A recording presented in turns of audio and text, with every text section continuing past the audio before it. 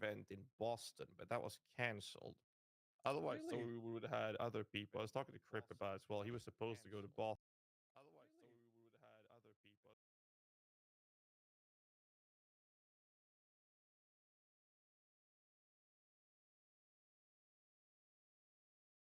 Boston, but since they Hmm. canceled that, couldn't make the LA one. So there were plenty more people supposed to go, and I would assume that they would have reached out, invited more people from the streamers to join as well for Boston. But since it got canceled, I don't know why. So Mm-hmm. it's still crazy. It was a lot of people. It I was, yeah. hope I really hope they do something similar for Germany for Gamescom this year. That would be awesome. I mean, I yeah, hope I they just do one in US and one in Europe. That's what I Mm-hmm. yeah, really hope they somewhere. would do. Uh, there was a follow up question that I had that I forgot about now, but I guess the WASD thing. Would you like to see that in PoE1? I mean, clearly PoE1 doesn't have the move while firing. That's sort of different then because it's essentially like controller play if you have WASD, right? But would you want to see WASD in PoE1 or even like the being able to fire while moving? Nope. Mm. Yeah, Yeah, I I mean agree, but the firewall moving probably not because that's like a fucking redesign of everything. Like we don't want to tinker around that much. But I mean, like an extra controller options. That's always cool. Like I'm not gonna hate them for just adding WASD or be against it. Like, but yeah, this probably just takes dev time, and they probably just want to have people play controllers or mouse and keyboard. Hon- The way Honestly, I I'd, go ahead. I'd be incredibly happy if, like every other RPG in the world, I could just pick up my controller and start playing, and I didn't have to reboot and change the UI and everything. Every other ARPG in the entire world, I get to separately bind what it would be if I was using a keyboard, what it would be if I was using a controller, and I can hot swap between them whenever I want. Yeah, that's Just put I, down I the would like that too. pick up, Just put being able to down, pick it pick up, up. just for Yep. 2gen Windows. Yeah, this is the only game that's an ARPG genre at all that doesn't do that. Well, I mean, see, similar to watching cartoons and anime and stuff like that, something happened when I grew up. I played console games, and then I grew up. I stopped watching cartoons, and I stopped playing console. I played PC. So when I play ARPG games, I feel like I want my mouse click movement. That's how I grew up playing ARPGs. So no, I don't want that to be something in PoE1. Now I don't mind the console kind of like crossover where people can do that. Like that's good for the people who want that. I don't mind that. That doesn't impact me. I just don't want the way PoE1 is played to be changed fundamentally because of how PoE2 is. I know I don't get me wrong. I think the wasp key movement is really cool, but it fits PoE2. It just doesn't fit PoE1. And it kind of destroy my immersion of the way to play RPGs, and that stems from Diablo 1, Diablo 2 kind of approach, right? That's how I see it, at least. Yep. Man, mine's just my handset. Yeah, for real. I had, dude, like- I had like a scare this league started. Like my Full. wrist is starting to hurt, and Yeah. I was like, gee, like, uh-oh. Like I need to change. You got one that. of those? Yeah, no, I bought like a wrist brace. I'm changing everything. Moved the monitor back. I'm using the What, whole, one of I'm these? trying to move with my no, it's like this corny, cheesy shit. Like my whole arm, like, ugh. You But yeah, know, it I was got just so because tired of it, so I got this instead. what the fuck? See, this is why I want controller support. Yeah. I just want to yeah, be able to it's- map with a controller and then put my hand on the mouse and do all of the inventory and stash and craft and Mhm. spec and then go back into a map and pick the controller back up. Yeah, for me, I think it Okay. was like the so like on Cock DD, I was moving, but then you still have to aim the lancing back. And so it was like that thing where you're moving forward, but you're like doing the stutter step and like shooting behind you.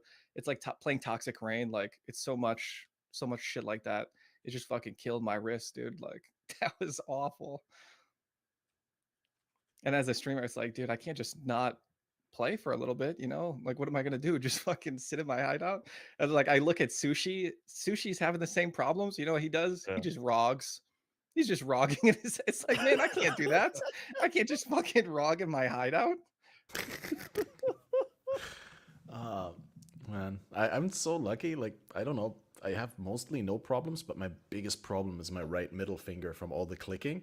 Right, like I'm fine with the wrist and everything else. The other fingers are fine, like left click's fine, but just the right clicking is dead for me. Right, so for the past year or two, I've always been using my main skill on Q, and right click is like something like a debuff, something that I use a couple of times per map, maybe. Right, Yeah, and that's what I don't did know. too.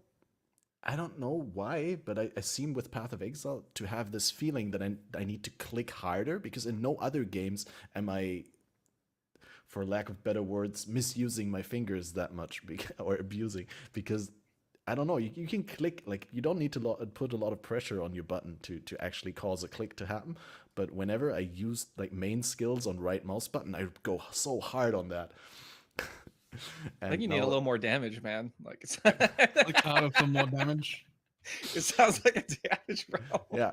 yeah, probably wrong. just skill issue or build issue. Now what do I want to say is, Actually, I yeah, so wanna I didn't have comment any on that, problems though. this league until I decided, I'm in a private league, until I decided to put all my maps that I didn't use, all my sub tier 16 maps, into the guild stash for other people to get their completion, and then it flared up again. Like I clicked the entire inventory, and then it was even bad for the left mouse button. So it's like, it's the inventory management, not the gameplay. I actually only have had, except the gamer mark, I've only ever had wrist issues once from playing this game, and that is when I did Magic Find Kinetic Blast. As soon as I start playing the one button FOMO, Magic Find shenanigans, TS, or Kinetic Blast, like I'm a big, might come as a surprise, I'm a big fan of wonder builds. I love, like, in order of my enjoyment, it's minion, spells, wonders, and anytime I get an opportunity to play wonders, I'll take it. I think it's fantastic. But you can only play it if you have room on your action bar for 2 separate keybinds for your attack. One for your mouse and one for your keyboards. As soon as you start feeling a little strain in your wrist, you have to start using your keyboard to use the ability. I'm not sure if that's a healthy way to play the game, but that's the only way I can alleviate the amount of strain and pressure from holding down right click so much when you're playing. And that's also one of the reasons I prefer to play builds like minion builds, because you don't hold down right click all the time. I guess Holy Relic is kind of in that realm, though. But but most of the builds, they're more like most mini builds, which is why I like it so much. It has, you use different abilities in different scenarios, and you do them in different orders depending on how you approach things. You move more, so you click different things. You use different muscles. You don't just go up, hold down right click, loot. Next pack, hold down right click, loot. And I just find that less entertaining to play. I guess that's why minion builds are so attractive to me.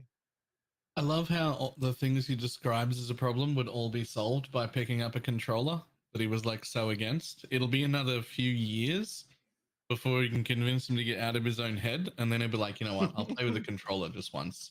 And he'll play for like a week with a controller, and then he'll be like, oh, this new thing, the controller, it's so good. I think I'm gonna be exactly like that. Like I said earlier, like when I was young, I always played on a console, right? And then I grew up and I went to PC. That's why I don't like playing controllers, because to me, when I played on the for me, playing on a console, to me, feels like, oh, that's what I did when I was 10 years old, 15 years old. Now I'm playing on the PC, and it just feels like that's the next level. So I don't know why. Maybe I'm just kind of stuck in my mindset on it. But one day I'm gonna try it, and I'm pretty confident I'm gonna be exactly like you. I'm gonna be one of those D4 casual schmucks sitting in your fucking couch, laying down with a few Hell brewskis and playing on a goddamn controller. Like there's a reason it's popular. Like I know, I'm just not there yet. Yeah, I think the problem with controllers right now is everybody knows. It's so obvious. You can't hide it. All the UI is different, like everything, right? I can't like hide that I'm playing on a controller and like pretend or anything, right? Like you have to go out of the Yeah. menu. Like none of it's seamless. It's so fucking annoying. And like you Well, don't that's- want to be the one streamer playing on a controller, right? Everybody's laughing at you. Oh my god, console. I wouldn't care if the console UI wasn't absolute trash. Yeah, But it's just like it's awful, it's dude. real bad. It's genuinely a bad experience. I just want the game to not change at all. Just let me pick up a controller and it For just real. Yeah. I just start playing. That's buffs are in the same place, debuffs are in the same place, life and manners in the same. Nothing changes. Just controllers just work. Go. That's it. I recently did play a little bit on a PlayStation when I was visiting a friend, and I kind of do like the UI, but yeah, I totally would get messed up if I had to switch between the two formats all the time, because you kind of want to have your one mode, right, where you can just blast instead of having to think about, oh wait, which mode am I in now? Yeah, especially if you could just like pick it up from maps like Valor said. Like, dude, once you got your instilling orbs, you're playing your Mana Forge whatever build where everything's just triggered automatically.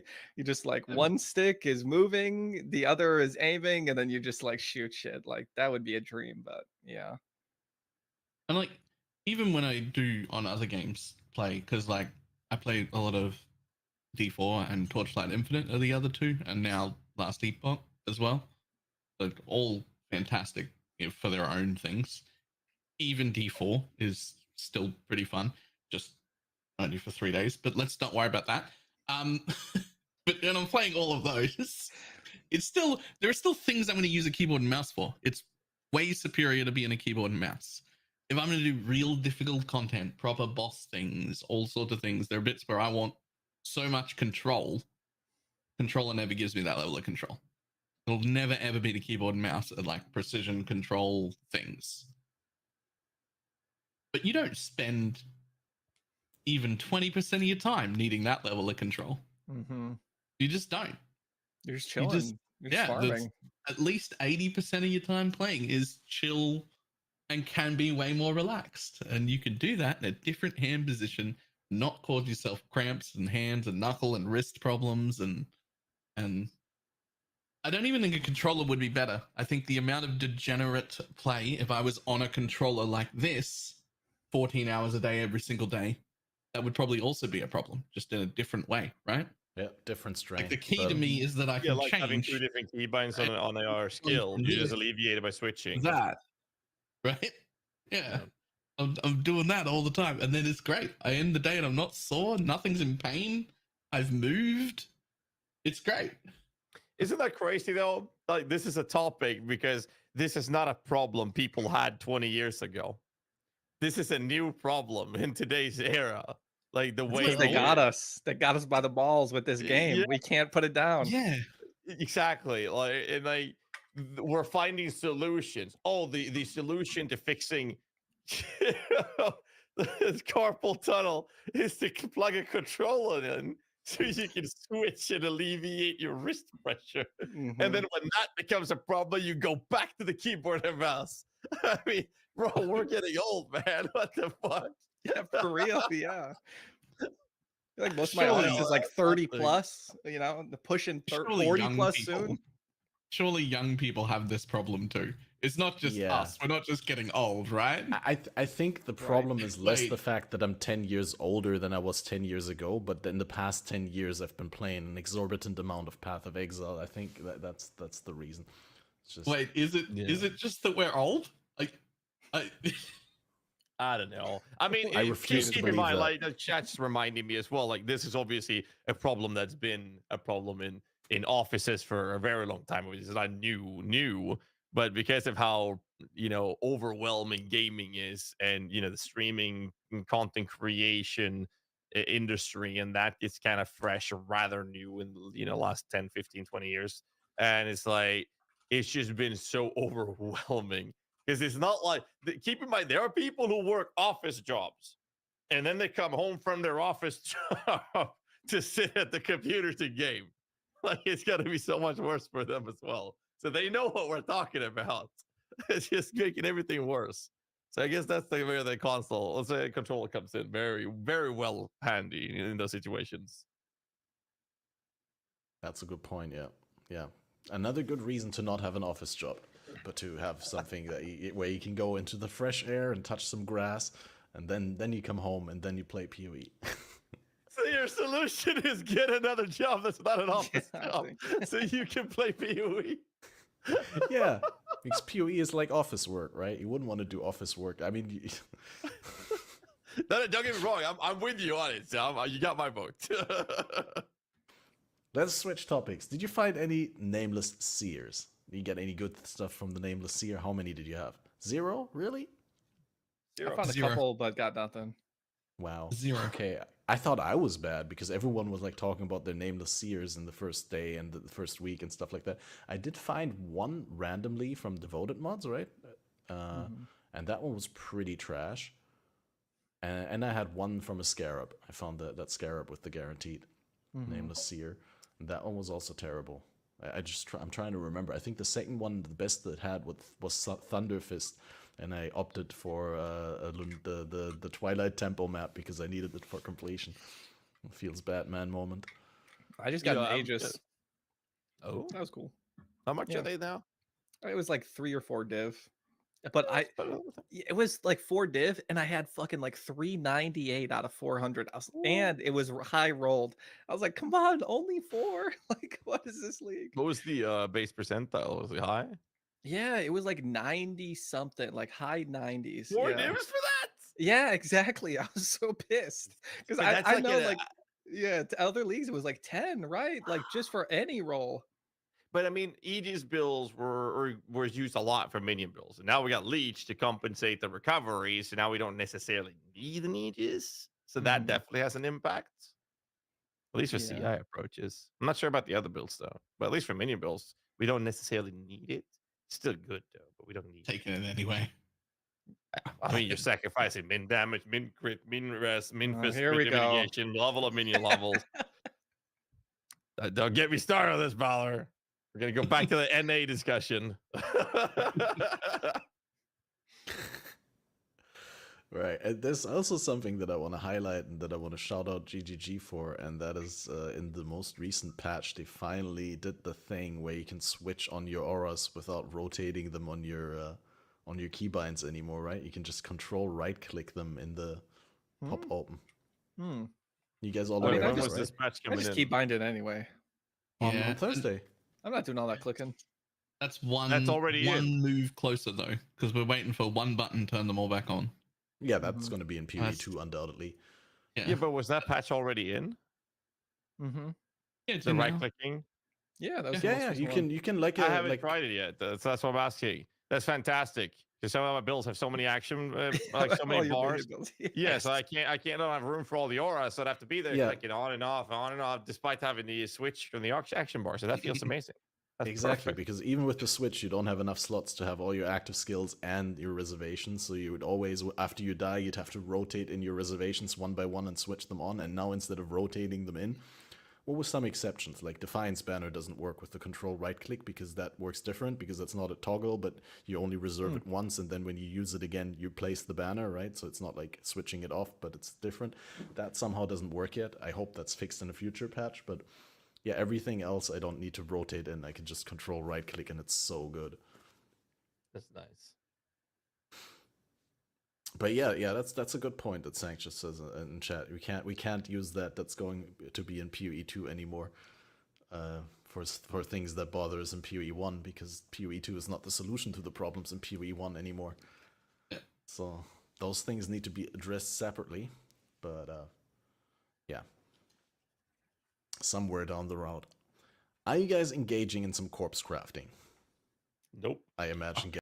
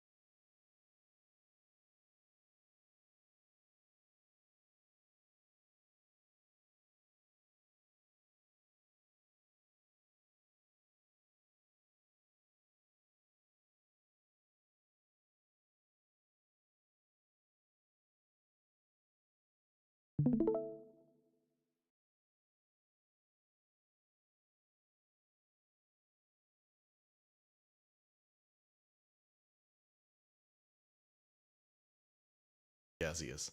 No? No. Nope, no, I'm not. Really, you guys So, aren't?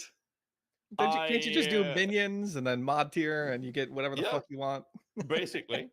I mean, so like the thing is, I really love crafting. I feel excited and I'm happy when I do crafts because I feel like I've worked my way there. Harvest, crazy. The corpse crafting is not harvest with more steps. It's harvest with a fuckload of more steps.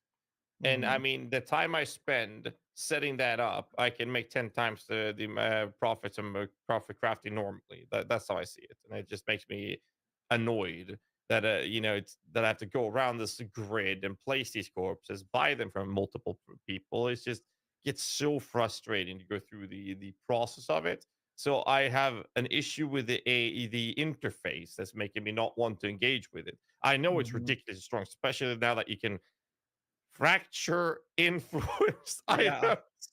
Like, what the fuck? Mhm. What Mhm. Yeah. the shit? you know? And I'm still not engaging with it simply because I have decided not to push currency this league too much. And I just want to do what I enjoy. So I decided not to engage with that part of the mechanic because I did not find it enjoyable. And I'm having a great time playing the game. So I don't want to ruin that. That's my position.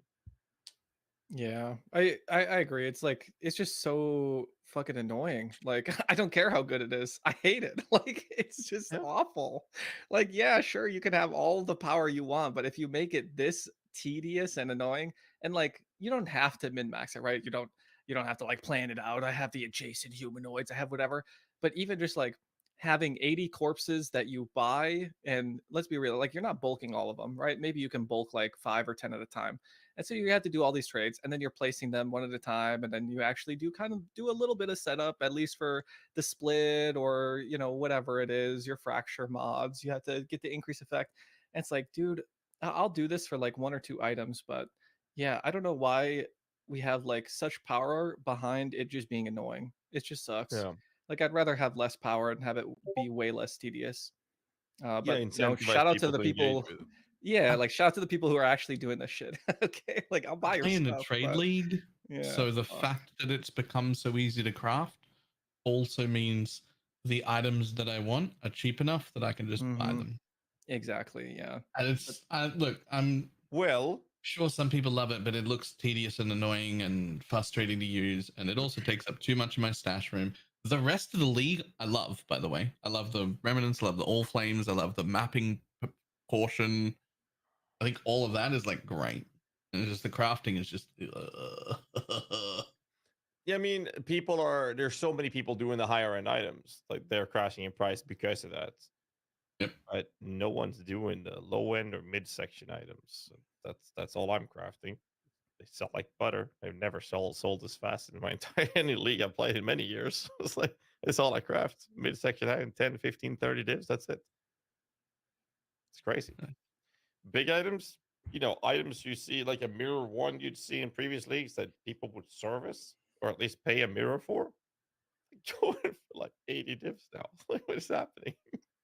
yeah, I love It's all so the cheap. bows. I have so many people in my guild. They're just putting them in the guild stash, like the ones that just like didn't hit attack speed. It's like, oh wow, it only has 5 T1s, but it didn't roll attack speed. Like garbage. Somebody can Yeah, take this. it's crazy. But I don't mind. I think it's good that there are mechanics in the game that makes it so every now and then the very casual players get to touch the super overpowered big items. I think that's good. So they get to play. They get to have fun with those things. Like Macebot crashing a prize. I think that was a good thing for those Hmm. players that had never tried it. I've tried a few times. I don't like it because I feel like I trivialized the entire game, and there's no point in playing when nothing can touch me. Like that's why I don't like it. But I think it's for the people who have never tried it, now has one of those aspirational goals where the finish line just got pushed closer to them. Not them moving forward, the finish line just got closer to them. Hmm. And I think that's a good thing in many cases. But I again, like I try my best to see things from a perspective that is not my own, and that's always going to be very hard. But I firmly believe that's a good thing. But maybe I'm wrong. Well, that's just the way I see it. Yeah, the Mage Blood being cheaper stuff is really cool, right? It like made the league special if you got in there early. Yeah. Right, like the Well, cheap the Headhunter, the Headhunter- cheap Mage Blood, it's like, wow, this is my time. Mage Blood maybe not, but a Headhunter, right? True. Every once in a while, having a league like that is a lot of fun. But yeah, for the right circumstances, right? Yeah, my first league of that kind was Piranda's League, where like for the first time, good 6-link uniques were available to everyone because the Pirandas was just giving out stuff. Just dated yourself there. Good 6 Well- uniques. Yep. Yeah, sorry, I started playing the game way ago, but yeah, what I'm trying to say is like similar to that experience for me. There's like a lot of people who have never had the chance to get their hands on a Mage Blood or on a Headhunter, and once they had it once and they know the relative power, then that's also something that they look forward to getting Exactly. to Yeah. in the future league. And like Gazzy said, it's an aspirational goal, and it just increases your motivation to play, to get there again, to get that power level that you crave. Yeah, I had that But in Legacy League, but I was like a little duo with my friend. So, he knew the game. I was kind of taking along, and that was my first taste of like juicing, doing like Chayula, whatever the hell they were called, League Stones or whatever. And then he let me borrow the Headhunter up to level 100, and I was like, dude, this is crazy. I'm playing Vol Fireball. I was like, I was hooked, dude. I was hooked from that point forward. That VAR Fireball build. Mhm. I remember clips of that, and people like with huge skyscraper large characters running through the which map was it then? The one with the Malachi boss, right? With the Oh, dude, I was The just lake in the blasting middle. Strand. oh yeah. So I'm Fair curious, Tripolar. The sunglasses, Yeah. the story. Why you always wear them? I need to know. I was gonna ask you at LA, but I forgot. But now Dude, I Do you this, have like to. a super huge screen with like huge brightness, or you just have big like streamer photo illumination, or what is it? no, you're gonna hate this. No, it's nothing interesting. No, I just I was having a rough go at it for a little bit, and I didn't want people to keep commenting on how tired I looked. So I kept them on for a little while because that is yeah, Yeah. exactly. Oh The yeah. fucking That's the brand. bags. Yeah. You But now keep it's like telling me that I'm wearing makeup. I'm like, you know yeah. what? Yeah, no. It's like, hey, I kept getting shit like, hey man, are you okay? Like, you should end the stream and get some sleep. You look kind of tired. And it's like, shut the fuck up. No, Like, we as can streamers you know. stop bothering me? Yeah, like so fuck it. I put the sunglasses on. I did take them off That's for the the LA reason. event though, because I thought it'd be Yeah. cringe to wear them in real life, right? Like that would be so corny. I mean, But, yeah. Juices was wearing a full face mask. Yeah, well, He was yeah. wearing a Right? full face mask. Yeah, He's 'cause got he to didn't want to protect have his face identity. reveal. Yeah. So, like with his brand, he didn't know how to show his face. He had a full face mask on, so that so he wouldn't need to worry about other people recording things in case his face would show up and people could connect the dots. So to Mhm. protect his brand, he was wearing a full fucking face mask. I was like, yo, what the hell, man? You can get away with anything as long as you do it with confidence. I mean, he pretty much did. It was very nice, very Yeah. polite. I liked him. It was good to talk to him. Mhm. Yeah, dude, everyone was so chill. I was so No. nervous going to that event, but straight up, Why? everyone's just a homie, like 100%. Not a single dick in the whole community. It's because I wasn't there. Yeah, it's because True. Valor wasn't there. Oh, True, that would have been the better comment to make. Valor deprecating Nice, jokes are always better than self-deprecating jokes. Nah, I mean, the PvE community has always been very, very welcoming and is very friendly, especially when we meet in person as well. So it's I'm sure the free drink and food probably helped a little bit. no one was hangry, that's for sure. Yeah, for real, yeah. always helps. Are you fucking kidding me? I was in that room. So, there was a ton of other changes also that came with the patch that we haven't talked about yet. I think most notably we should be talking about tier 17 maps, where I feel like I have a little bit of a lack of expertise because I've still been saving them up in the small private league because I was like, first want to do some other stuff and farm, set up my syndicate and this and that, and been wasting a lot of time. But is there any like specific state that you would have liked more than the current state of tier 17 maps? Were you like more a fan of it when they were unrollable, or do you think like the previous version before this most recent patch without the tier 16 mods were better, or are you happy with the current state? And what changes would you still like to see, if any? I think that they are way overtuned. I think the mods are so crazy that when they were unmodifiable, you could bypass it by having a party with aura bots in some cases, not all. And that made party play overcome the so-called aspirational challenge too easily. And if you excluded that from the equation, I felt like if you had enough, the common solution to any problem in Path of Exile with builds is pour a bucket of currency upside down on your build, and now your problems are gone. So that means that the 1% players wouldn't have that big of an issue to solve tackling the majority of the mods that ended up on the maps. Now that they were modifiable, that means that it was even easier for those builds to do. My problem was that there was such a huge difference in terms of scaling on these on the difficulty that one map I could barely touch the enemies and barely clear, but the boss would be no problems, or the boss would destroy me, but I couldn't clear them, but I could clear the map very easily.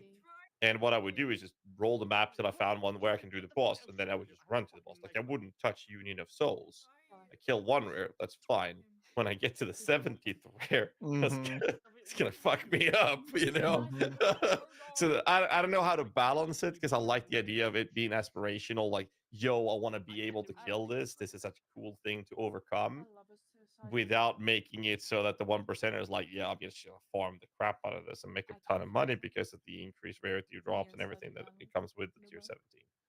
I like them, but I don't know how they're gonna balance it to make me happy. But that's just my personal opinion. What's your take, Tripolar? Yeah, it's a little bit much. It feels like they took so like they did this whole change with like bosses versus uber bosses, where you're kind of a loser if you just do the normal version of a boss versus the uber boss. And then they fucking put that into maps now. It's Yeah. like, wow, okay, you're a loser. You can only do T16 8 mod altars. Like, oh, you like, okay, looks like you're missing out like L, like yeah, it's fucking rough, dude. Like, if they keep this as the current game state, all we're gonna get asked is, "Hey, can we do T17 barrels back to basics on this? Like, is your league starter like?" It's like, dude, this shit's rough. Like, you know how many mods you have to account for? Like, unless you're just gonna bankroll and steamroll this content, like, it's hard, dude. Especially when you're doing like 60% effect and then high rolling 0 to 80 more.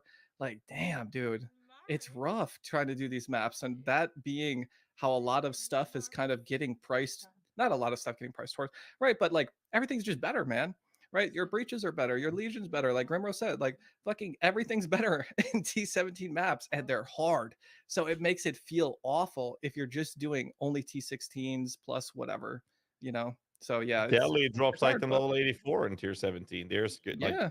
that's a Yeah, ton of everybody money in like that. you do Abyss there and you're dropping all Stygians and high item levels. Like, yeah, everything's better there. And yeah, it's rough, dude. You feel it, for the casuals, they're feeling it, like a lot of the chatters. They're I mean, how feeling many? the There's so crunch. many people that keep asking me like, "Oh, can you build do tier 17s?" And Mhm. I'm like, "Yeah, I'm like proper low budget, or at least starting nibbling on like medium budget version of the builds. They can do it, but you know, Yeah. I'm not gonna list the modifiers for you, but For real, yeah. you're gonna have to roll the map till you can handle it. You Yeah, know?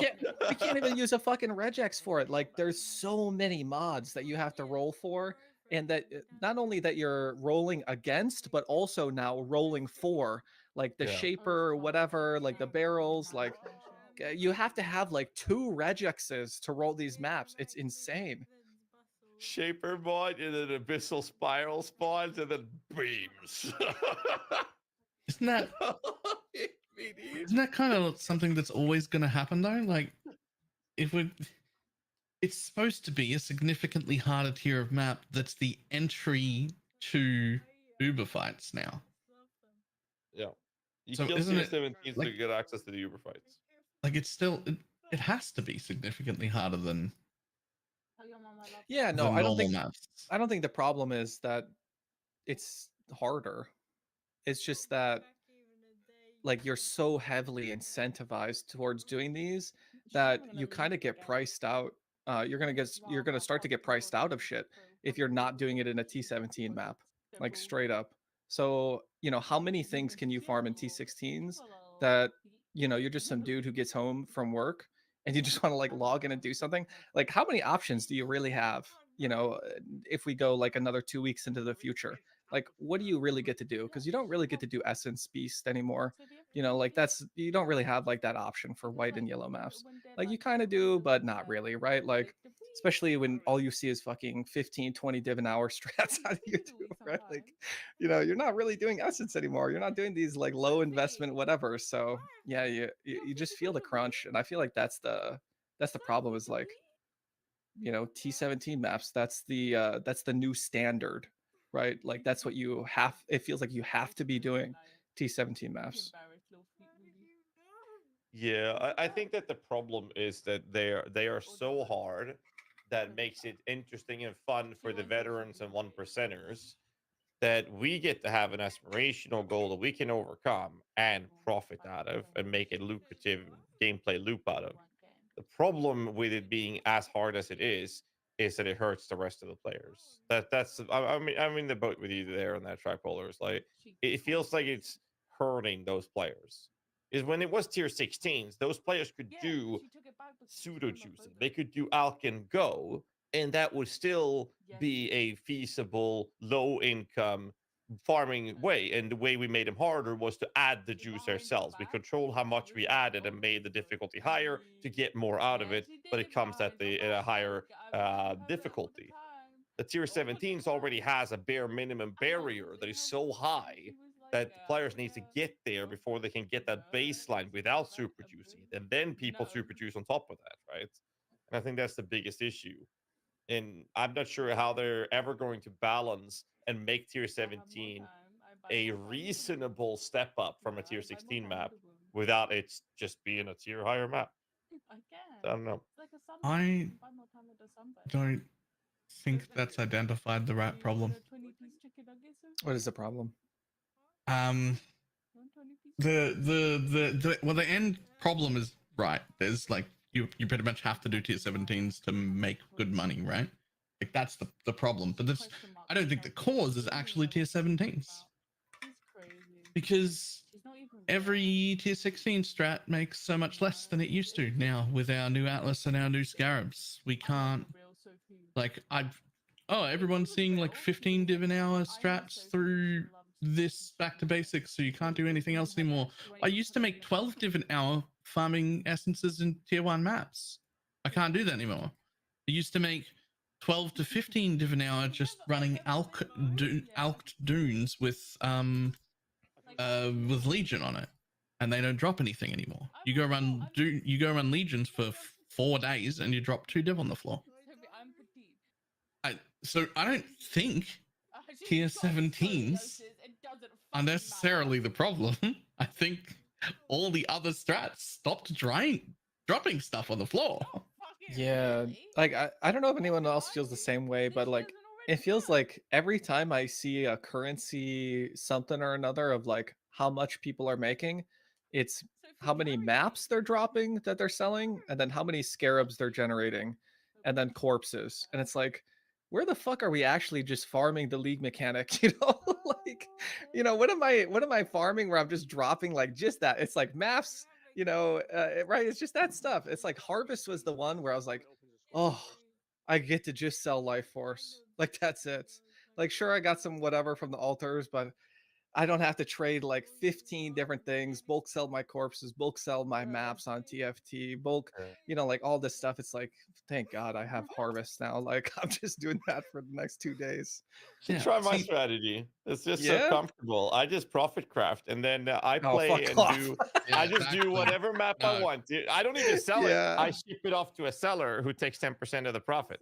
Oh, so dude, they sell it for me, and I just play the game, and I can do whatever I want, and I don't care if I drop something from the map I run. I don't care if I'm wasting bad scarab combination, have a bad tree, if I'm doing a boss and it drops nothing. I'm just playing because I think it's fun, and then I check my guild stash. I was, oh, look at that, that's 100 dips, great. Okay, here's some new items you can sell, and I'll be back in a bit. Yeah, I, It's I very was doing that. comfortable. I was doing that, but without the profit crafting. So yeah, I'm fucking poor, and like it's just like at least Yeah. I had fun with Harbinger for a little bit there. Like that was kind of nice. See- Just blasting some stuff, but yeah. I think all of these problems are literally just coming from the new balance of the tree and scarabs not being perfect. I Yeah. do very much like that we're not using sextants anymore. That's fantastic. But it was a huge change, and they didn't quite nail it because Mhm. right now, basically every other strategy is making like 3 to 5 div an hour. Or you go over here and do back to basics in tier 17s and make between 15 and 30 depending on your character and strat. And that's Mhm. that's the bit that's an issue. I don't think it's the tier 17 maps. That Right. aspirational hard shit that's for us is fine and has a place. It's all the other stuff that used to make money that doesn't anymore. That's But the Valor, bigger issue. are you then saying that it's fine that tier 17s are just better tier 16s in a way because you just get more out of your investment with the tier 17s if the baseline is brought up, or Yeah, it's fine for us to have much harder content that's better rewarding at all of the tiers. It's not fine that one step below that, tier 16, doesn't earn anything anymore. That's the bigger issue to me. It Yeah, just no, I'm doesn't- just it saying doesn't earn if they anything. were buffing scarabs and the tree or changing the balance to which power comes from that, that would affect tier 16s and tier 17s equally, so there would still be a gulf between that. That's what I mean. That's why I'm Like a my little confused with biggest that take, statement. like the biggest take between 16 and 17 to me has to do with the item level, like Stygian belts, like Delhi jewels, like the cluster jewels, for example. But Tripolar, you're farming harvest jewels. Are you doing that in 17 or 16? And what's the difference between those if you have like any rough numbers based on your own experience? I'm gonna try 17s tomorrow, but yeah, I just did T16s today. I Yeah. just like, man, I can't like how much I'd have to roll those maps, especially when you're doing like 60 or 70% increase effect of mods. Like it gets so rough when you leave some of that on there. Like you're bricked or it's like 5 portals, like you're really riding a line when you leave that shit on there. But Yeah, but for you're doing me, that in 16 and making profit out of it. yeah, and So, I then mean, it's there are you're still like ways to do harvest that. doubling. Yeah. But it's the it's like that Jung video, right? You just do the imbued harvest plus all of that stuff. You do blue alter quantity and then you grab all the quant and increase effect. But yeah, I mean, I know it's better in T17, so I feel like a loser. And like that's kind of like the problem. It's like fuck, man. But and with T17s, the item level stuff, I don't really feel that too much. For me, it's like knowing that if I roll barrels, if I roll shape or whatever, like every monster become or every rare becomes a loot pinata. And to know that you're like just missing out on that, like because you can't even really just do the T7. Like you should be rolling them really hard too, like putting 20, 30 chaos into each map, it feels like. And so it's like we not only added tedium, but we added like such a steep curve in difficulty. It's there's no middle ground. It's like T16s. We've gotten kind of used to it. We got the player power over the years. It's really not that bad. And you boot up a map, an 8 mod map with altars and whatever. And it's rough, but it's not as rough as a climb as like fucking T17s, which is just brutal. They're just brutal. You won't be able to. Yeah, no, I definitely agree with that. I'm gonna change the battery. Give me a second. Well, that sounds almost as if the higher reward from tier 17s is offset by or compensated by the enormous amount of investment in chaos rerolls, both, and the time investment when you have to like death rush it with 5 portals. So it sounds like your average tier 17 takes a lot longer than your average tier 16. Yeah, and a much stronger character. Like I feel like the tier 17 part's really good. I'm very, very convinced it's that the lower strats aren't working anymore. Mobs aren't dropping loot again. I suspect, I'm not sure, but I think it's because of all the conversion stuff they got rid of. I think okay, I mean- conversion stuff. That and screwed like people a lot. graveyard stuff.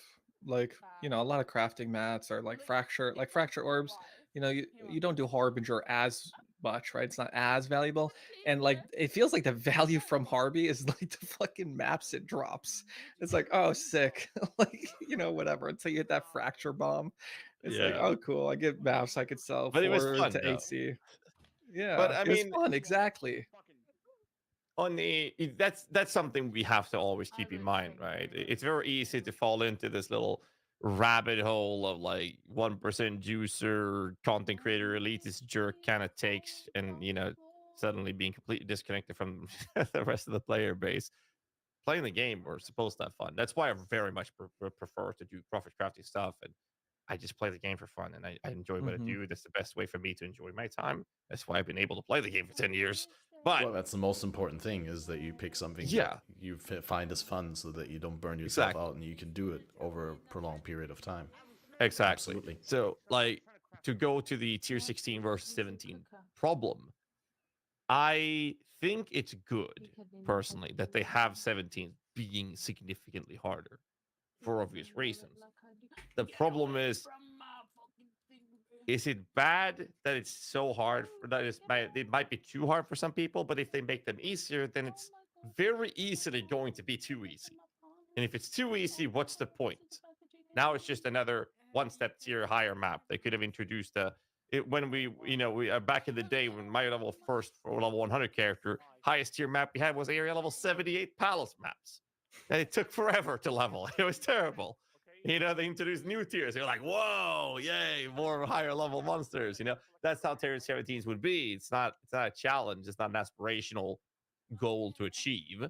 Granted, party players would shit on it, and veterans will profit and make it have a better benefit from it. I think that what you were talking about, Baller, something about the situation that I think would alleviate this little gap that exists has more to do with increasing the options and available profitability of sub tier 17 maps. I guess that's where the problem would be, that we need to ramp up so that the gap of difficulty and super juicing is still quite significant, but you don't feel like a super loser. Because, like you said, Tripolar, I've Mhm. only done a handful of 17s. I just don't farm them. I've done it. Okay, I've done quite a few. But when I play just for have fun, I don't go 17. I go 16 because how fun Al can go. If I go 17, I know I'm going to spend 5 minutes rolling the map first. Yeah, and then you gotta slow down and pay attention a little Yeah. bit more and watch out for the runes or the deatomization storms or whatever random gimmick. Mm. Yeah, so yeah, like having difficulty, having juice, having 1% goals, that's really cool. All right, I'm not trying to shit on that. Like 80 and 100% delirium, that was really cool. But that was like an opt-in that didn't include like every farm. Like T17s, it's fucking everything, man. Like, it's like essences maybe aren't better, like if you can handle them, it obviously is. Right, like everything is. But it's like everything, man. Whatever you could think of farming is way better in T17s, because the rares are just better. They're just loot pinatas. You could roll for barrels that are loot pinatas. Yeah. When you kill the map boss, you also get like way more value out of it, right? You're already making like profit on that map just by running it, uh without killing like anything other than the map boss. So yeah, it's like, yeah, you're just missing out so much by not doing it, and that's the rough thing. Like no matter what the farm is. I wonder how much of this is like a trade problem, because in SSF that would obviously be offset by the fact that you can't chain tier 17s. You're always going to have to go back to tier 16s to drop tier 17s because they don't self-sustain. I don't know. I wonder. I think that solo self found is fantastic. I think that it's probably one of the most enjoyable ways to play Path of Exile. But we also have to realize and remember the fact that the vast majority of the player base doesn't play solo self found. The game should never be balanced around that. I'm not saying a big game should be balanced around it. I'm just saying, like, how much of the perception that we have is a trade problem specifically. And yeah, I agree that trade is the reality for the majority of players in the game. But yeah, I'm just saying, Yeah. in theory, you can't sustain to 17s, right? How many do you drop? I haven't been farming with 4 void stones for a really long time yet, so I don't know how many do you get. They don't seem that common, right? One every second map. Yeah, it depends what mechanics you're doing, but yeah. They're not and that your rare. Atlas. I can drop one every second map with just the Atlas. Alcan Go and just the Atlas setup that has all of the map dropping mods. So if you really were to farm tier 17s, you could have Alcan Go some tier 16s with a tree that's just designed to drop maps. And you're gonna have a ton of them. And then you do the 17s with another tree because now we have 3 templates, right? Which is fantastic. Yep. Yeah, bless them for that. Huge. Yep. I'm engaging with mechanics I never bothered before because I don't have to respec the tree all the time. It's like I'll just use the template. It's nice. I can go back to what I used to do and what I like, and I can use the third one or the other two and play around with. It's so It's nice. fantastic. Yeah. Every it's time I the reach freedom. tree, I keep all the map nodes, all the corpse and all flame nodes. I keep keep all the scarab nodes. So I only have to change a couple things. Yeah. Would you like more Atlas trees? Would you be opposed or happy about But you it? could give I me an don't know. infinite amount. It'd be fine. Well, I mean, obviously, at some point, if you keep adding Atlas trees, it makes Orbs of Unmaking kind of pointless if you could just always get another Atlas tree, right? So be it. Well, the question is, like, what would be a good way to implement it? Does you, like, buy it for, or, like, lock it behind later achievements than 100 completion, like higher pinnacle content? Or do we go like the way that stash tabs in Last Epoch, you buy them for gold and then it gets incrementally more expensive the more you already bought? So you buy additional Atlas pages for like 200 unmakings, then 400, then 600, or I don't know. I mean, to be fair, they keep adding new orbs all the time to the games. It's about time to start cutting down on orbs. Start getting rid of one's not a bad thing. Let's be real. Less to click on when we're mapping, at least. I'm not super concerned. Like 3's enough, but I wouldn't be angry It'd be if cool if they you get gave like me more. a free respec or something. That'd be cool. Like you do an Uber boss and you get one free tree respec or something. But yeah, they kind of do have to have like a little bit of a cost. Otherwise, like every time you see a new YouTube video, you just like swap to the new tree. Everybody instantly farms that. Like there has to be a little bit there to like kind of balance things out and like keep people from not just like jumping ship like every single time they want like something new. You know, you gotta like stick with it and kind of just enjoy what you have and not always look for something new. Yeah, the decision has to have the favorite word, weight, right? Mhm. Like it has to mean something. If you just like spec into the Atlas tree and you can change it anytime you want without any additional cost or effort, or without any sunk cost, then that would be kind of almost pointless to have the tree in the first place if investing into it was meaningless. One point that we didn't talk about in regards to the tier 17s that I wanted to briefly touch on is that they weren't only implemented as new aspirational content, like a higher map tier, but they were specifically added with the objective of them being bridging the gap between regular pinnacle bosses and uber pinnacle bosses. Can we all agree that that's somewhat missed at this point, or how do you feel about that? I think the general vibe in the community is that uber pinnacles are easier than tier 17s. I know for a fact that at least 80% of the people that are regulars that I've seen saying that have also never killed an Uber boss. So I don't know if that's even true. But I can tell you from my own experience, I'm still shit at Ubers and I can clear tier 17s. But I will regularly die on Uber fights. I think it was the case when you couldn't roll them, but now that you can just roll it as easy as you want to, within reason. It's kind of just like, okay, it's a hard map boss, and if I don't add these mods, I have to watch out for a couple abilities. Maybe I die once or twice, and I feel like it's a lot better. Like the bosses are a lot better of a bridge to Uber bosses, but they just need that, like, for me it's that mapping part, like everything else in there. The bossing, now that you can roll them, it is, you can go in there. In SSF you don't have to like roll another character to be able to do some of those mods. Like that was kind of crazy, right? Like You know, like you just roll like your Uber boss fragment generator with no regen. It's like, yeah, okay, well, not this build. You know, like what are you supposed to do? It's like, okay, cool. But yeah, there's so much balancing to do after this patch. It's crazy. They did way too much, but hey, that's fun. And maybe I'm biased to it because I'm just like I have killed every Uber in the game at least like once or twice, but not comfortably. Like I can't. I'm just not a bossing person. I'm always a mapping person. I don't even dedicate the time to practice them. I don't care about them. I actually couldn't care less. I don't want to do that. So harder bossing for me, whatever. But the mapping stuff is fine and easy and fun. So that's what I want to do.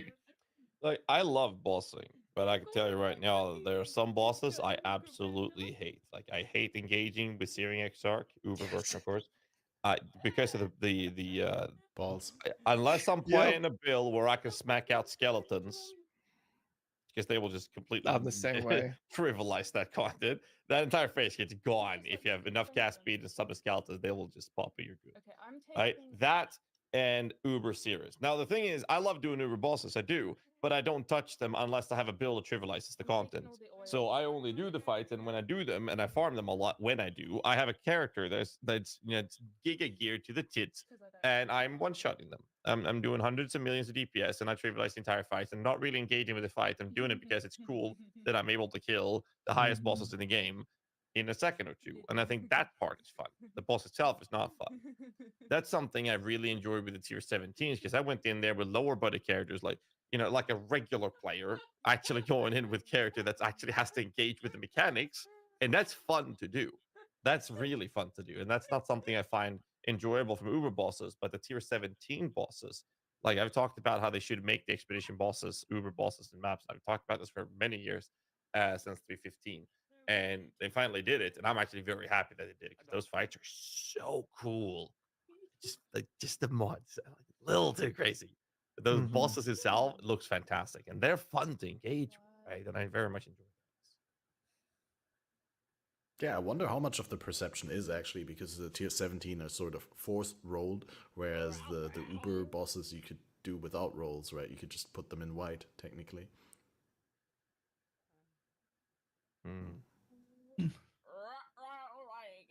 Well, I'll have some detailed opinions in a while from now when I engaged with all of that. Yeah, maybe after you kill Uber Elder.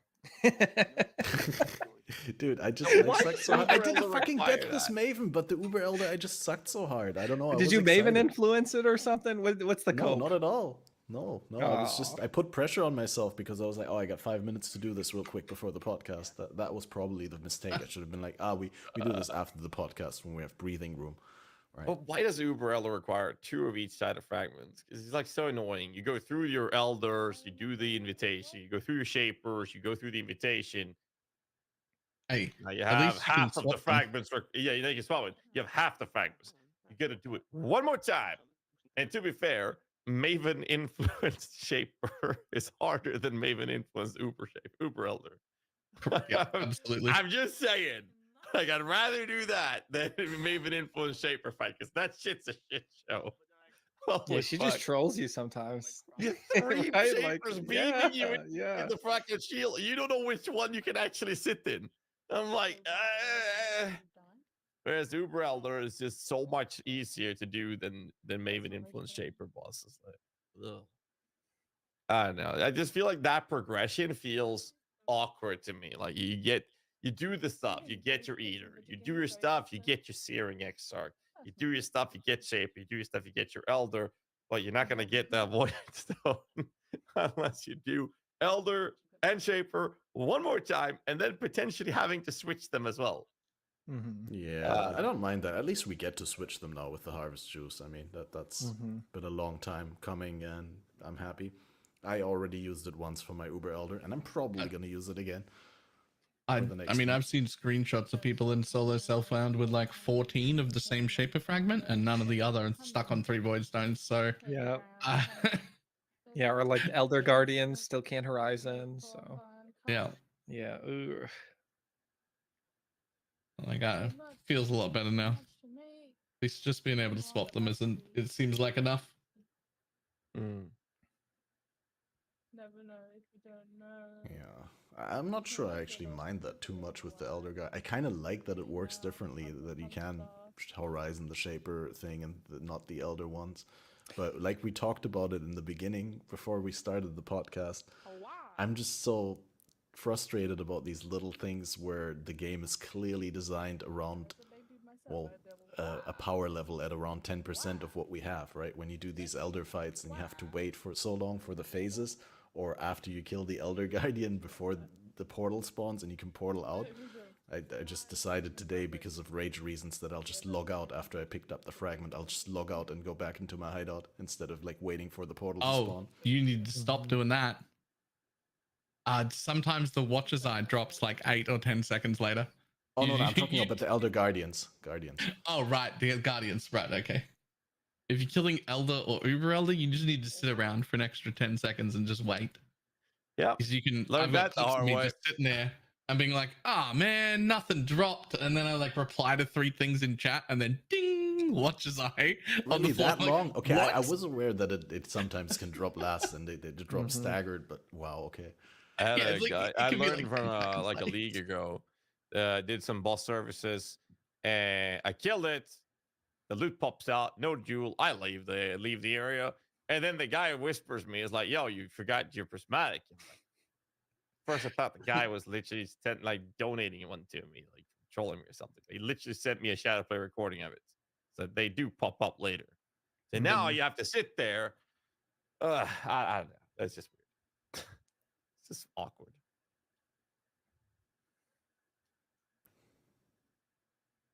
Yeah. Well, I'm sorry. I got mixed up with my talking points here. That's okay. I love not being the podcast host. I can just sit here and like just nod my head a little bit. I don't have to say a fucking thing. I just look at you, sit there and flounder a little bit. It's like, come on, Cat Best. Next Yeah, topic, yeah. please. Well, what are you guys currently working on or working towards? Is there something specific that you're looking forward to accomplishing in the next day or two? Yeah, I just want to get Beating some Balor. crazy. Yeah, I want to mean, make money as well. Balor, what are you up to? Just more Holy Relic stuff. I've started to go into a min-max setup. I'm in 2 full cluster jewels setups now. I'm gonna farm tier 17s with it for a bit just to make sure everybody knows it can. I'm pretty interested in finding out how that Guardian version Ghazi working on goes, because like there looks like there are just some areas it's stronger and some areas it's weaker, but it still feels like it's gonna slap just looking at the buildings and whatnot. So I want to see that played as well. Well, I didn't do the Tomato Man shield on it, but I've been lovely with it. It sucks ass in the Act 1. I tell you that much. Act 2, okay-ish. As soon as Act you get 3, Lancing, it's great. yes. Act 3 Lancing, now it feels good. That's twinked, by the way. But Planet Guardian, you have the Pocket Sentinel, Sentinel of Pox. You summon him, convocate, you're done. Yeah, I mean, that's it. It's just Guardian Loveling. Despite the nerf, it just works the same. You just run through the campaign. Instead of poison, I don't have ramp up damage on it. It's on hit. We go crit, so we can go crit shield. Allows us to have 45 to 55, 60% chance to crit. So that means you're going to freeze. You're going to freeze a lot. You're going to shatter. You're going to get those benefits. On hit damage is like direct delivery of damage payloads rather than ramp up is like the big difference. But the biggest downside is I hate having one wrong color on Triad Grip. And the only way you can fit Triad Grip in it, which you need, is to run a 3 green, 1 red. Yep. And I fucking hate it. So it's 75% cold conversion, 25 fire. It pisses me off. And there was no solution that would make sense. That would make that work. So there's that. But the only problem I think with the build is that there's no duration modifiers involved whatsoever for the build. which means that the Sentinel box, which is a big source of your defensive layer, which is really good, has to be clicked every 20 seconds instead of every 38 seconds. And I think it's fine. You're not going to notice that too much, but the fact that I know that I have to click another button once every 20 seconds is pretty annoying. But so far, that's the only downside that I have.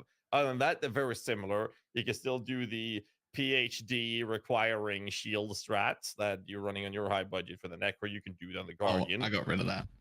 Oh, you did? I played it for a whole day, and then my XP was 14%, and I hadn't got a level. And I was like, actually, Aegis Aurora again, thanks. Bye. Yeah. So, I mean, I guess the downside, or the difference is that you really want to use a rare shield on the Guardian because you want the crit modifier, right? Yeah. So that will warrant that more so than running a recovery shield. Other than that, I feel like they're so similar.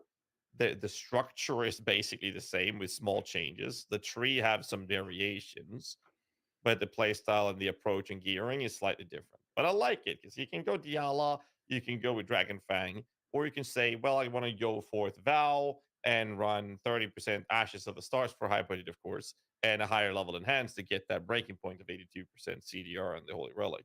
So there's a lot of options around it that you can choose whether or not you go higher defenses or higher offenses. And you're going to hit over level 30 on the minion anyways. And for those of you who don't know, minion scales, depending on the minion, you would normally assume about a 10% more damage for every level up to level 30. After level 30, that's cut in half. And that goes for pretty much all minion builds in the entire game. So all the scaling after 30 is cut in half. So you don't really have to care about levels after 30. That's why you don't bother getting a woke level 5 in power. Because the money's not worth what you're getting. But no, it's fun. But that's what I'm doing at least, and it's gonna be fun because Fowler posted his written guide for Necro today, and I should have the Guardian version up soon. And this will be the first like build guide collaboration where we have the same ability in two different types of way of playing it, and two different ascendancies, and having them post as a collaborative kind of. This is the Holy Relic, and you take care of the Necro, I'll take care of the Guardian. It's gonna be fun. See how it goes. I will say, if people are looking at building one at this point, I mean, I need to hold out and see it actually run on the Guardian, but everything looks like it's going to be fine. My answer would be, if you've already got one of those classes, just pick that class.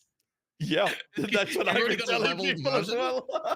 Like, oh, I've got a leveled Guardian and I don't want to level again. Yep, do it. I've got a leveled Witch and I don't want to level again. Yep, do it. It's fine. That's what I told them. People were like, oh, I want to switch my spec to try Holy Relic. I'm like, you have a Necro? Here, go check out Valor's. And they were like, oh, I'm playing a Guardian build. Yeah, here's a POV. I got a guide. You got to worry about it. It's just simple. Yeah, I really like that. I really like that dynamic of you guys like doing the same build on two different ascendancies, because obviously you're improving each other's build by like, you know, coming up with your individual solutions to the problems posed for that specific ascendancy, but like the other one can benefit from that, right? Because sometimes then there's when we're something not that in the you same didn't see. stream and also shit on each other's builds, and then people take it seriously, and that's hilarious. There's that. No, but I definitely agree with you, Catmaster. Balor has taken a lot of feedback from me and made sure that his build is functional now after all of my comments. Yeah. New suggestions. He says with a budget path a building link that has 50% cooldown recovery instead of 52. By the way, okay. Those are rough drafts. Those are rough drafts. And unlike what I normally do, I started on high budget this time. So normally I start on the other side. So they're not done. But no, I think it's fun though. It's been you and me, Bob, I worked on a lot of stuff over the years, and always had a communication with feedback and comments and tips and tricks back and forth, because Minions are so complex as it is. But we've had a collaboration on Poison SRS up until recently.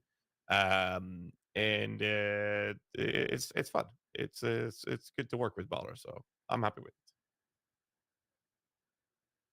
The Holy Relic build, like previously, was always people were always cycloning into packs, and now with the new Lancing Steel tech, you get to stay away. I've not used the trigger skill myself, the Lancing Steel, but people said it's like almost auto aim. You just stand there and shoot into one direction.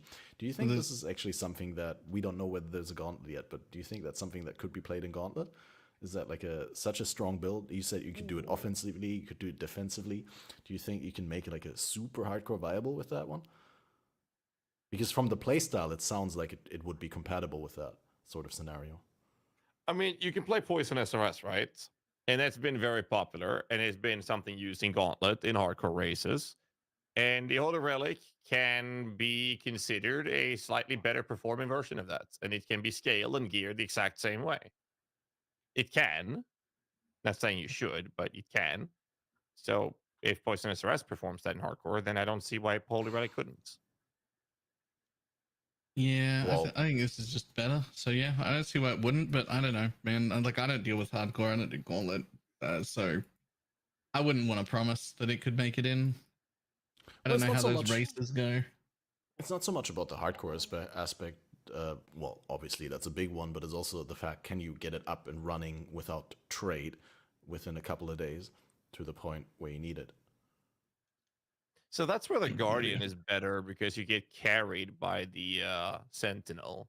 But Mini the box Witch has, carries. yeah. Still, they but nerfed it so much, You know, though. you can go DD, you can go caster because you don't want to farm a trans gem. I'm sure Tripolar can chime in on this. Well, you don't really want to farm a trans gem in normal lab.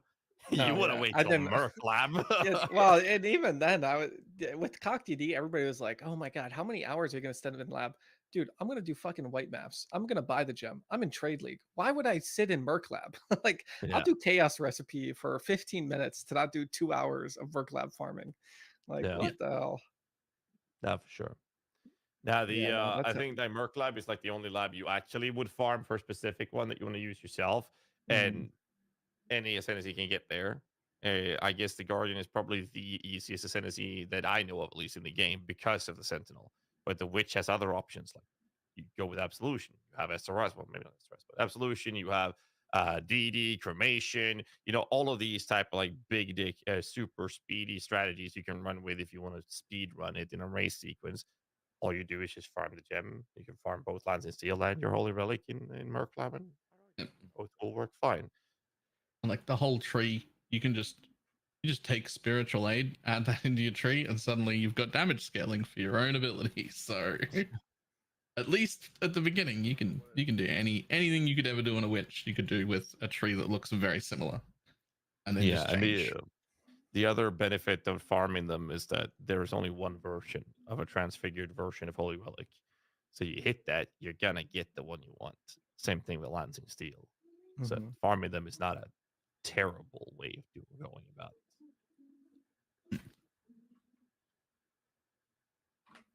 Oh yeah, here there was a really good point raised by chat that I actually missed earlier when I was saying that the tier 17s can be rolled, whereas the Uber bosses you could run white. Can you even roll the Uber bosses now that they're 5 fragments? You can't anymore, right? Previously you just had the same fragment as the regular boss, and you just put the keystone on, but now you have 5 fragments, so you can't actually roll them. Yeah, you just roll the normal invitations then.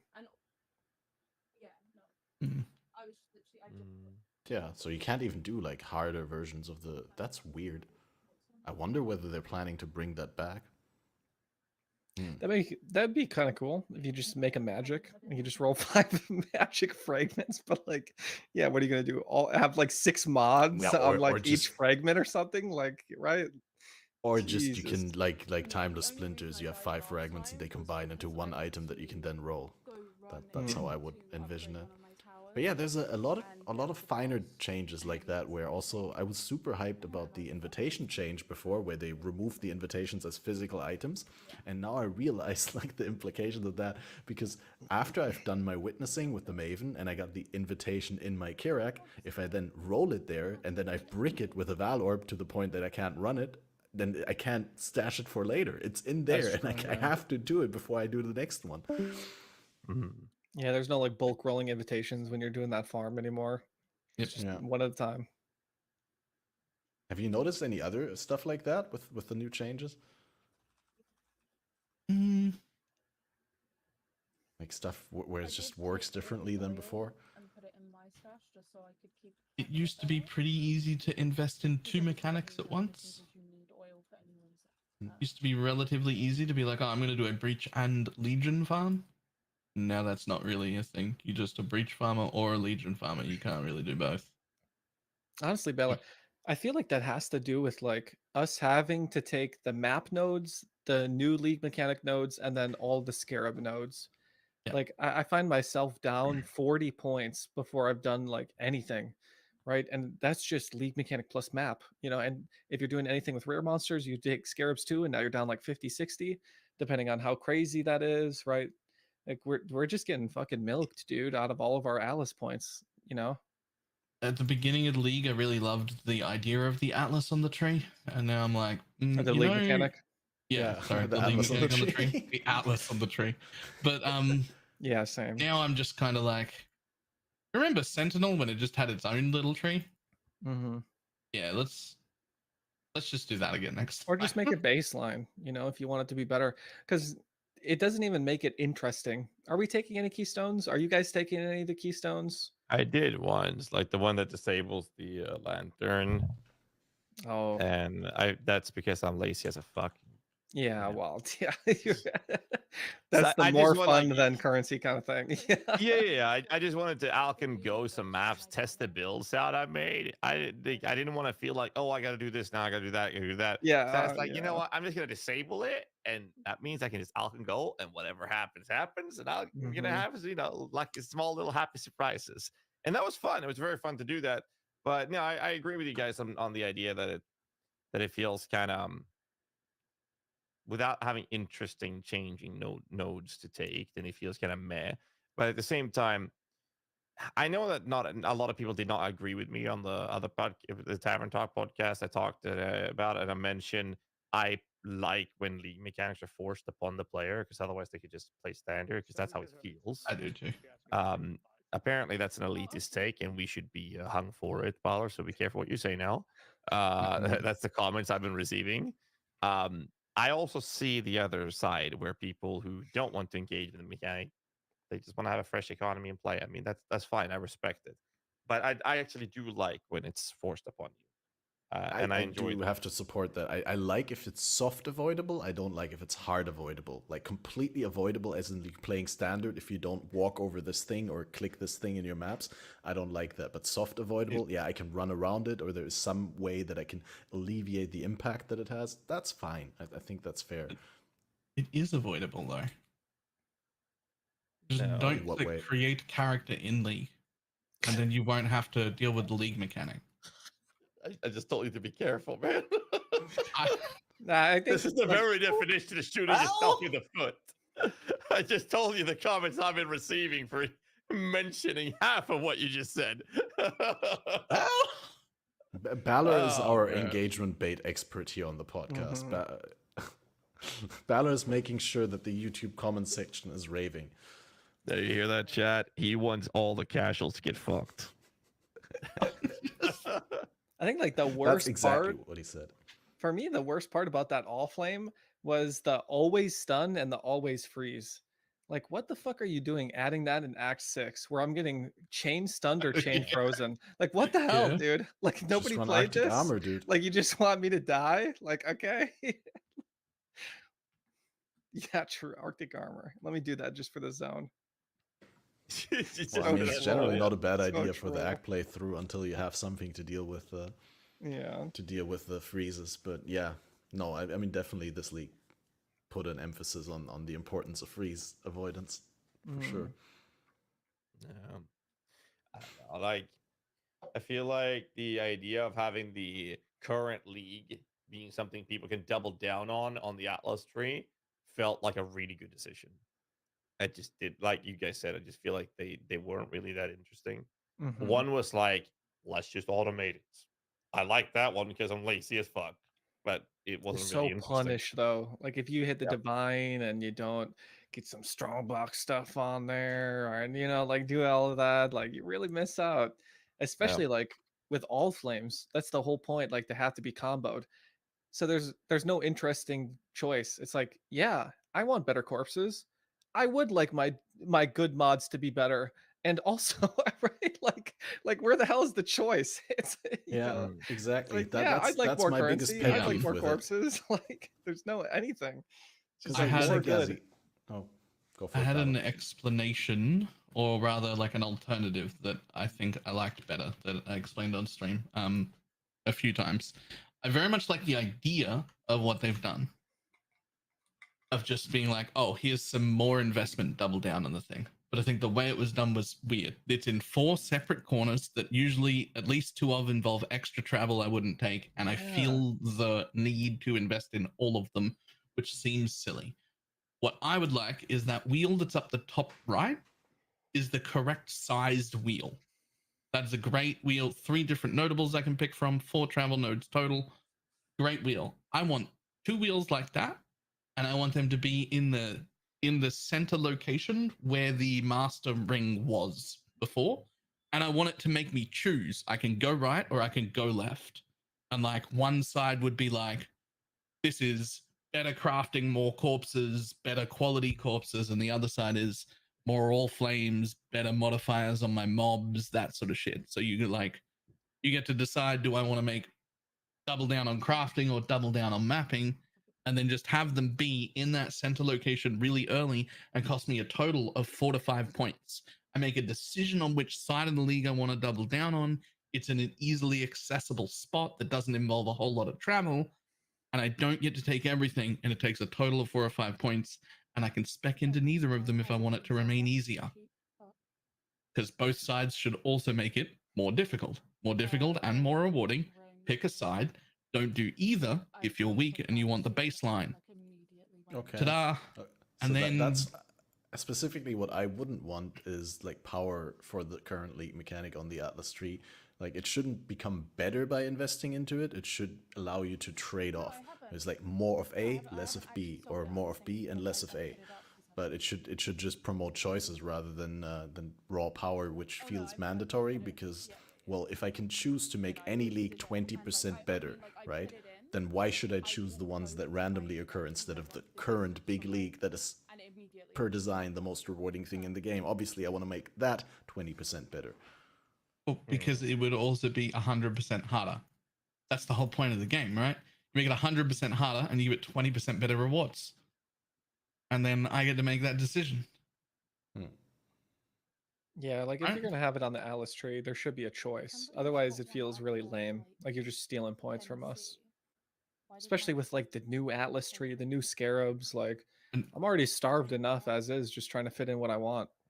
The biggest thing for me is 4 separate corners. Are you kidding me? Yeah, Put them in the center it's so not I can even put the same any tree I want. What quadrant. do you mean? Yeah.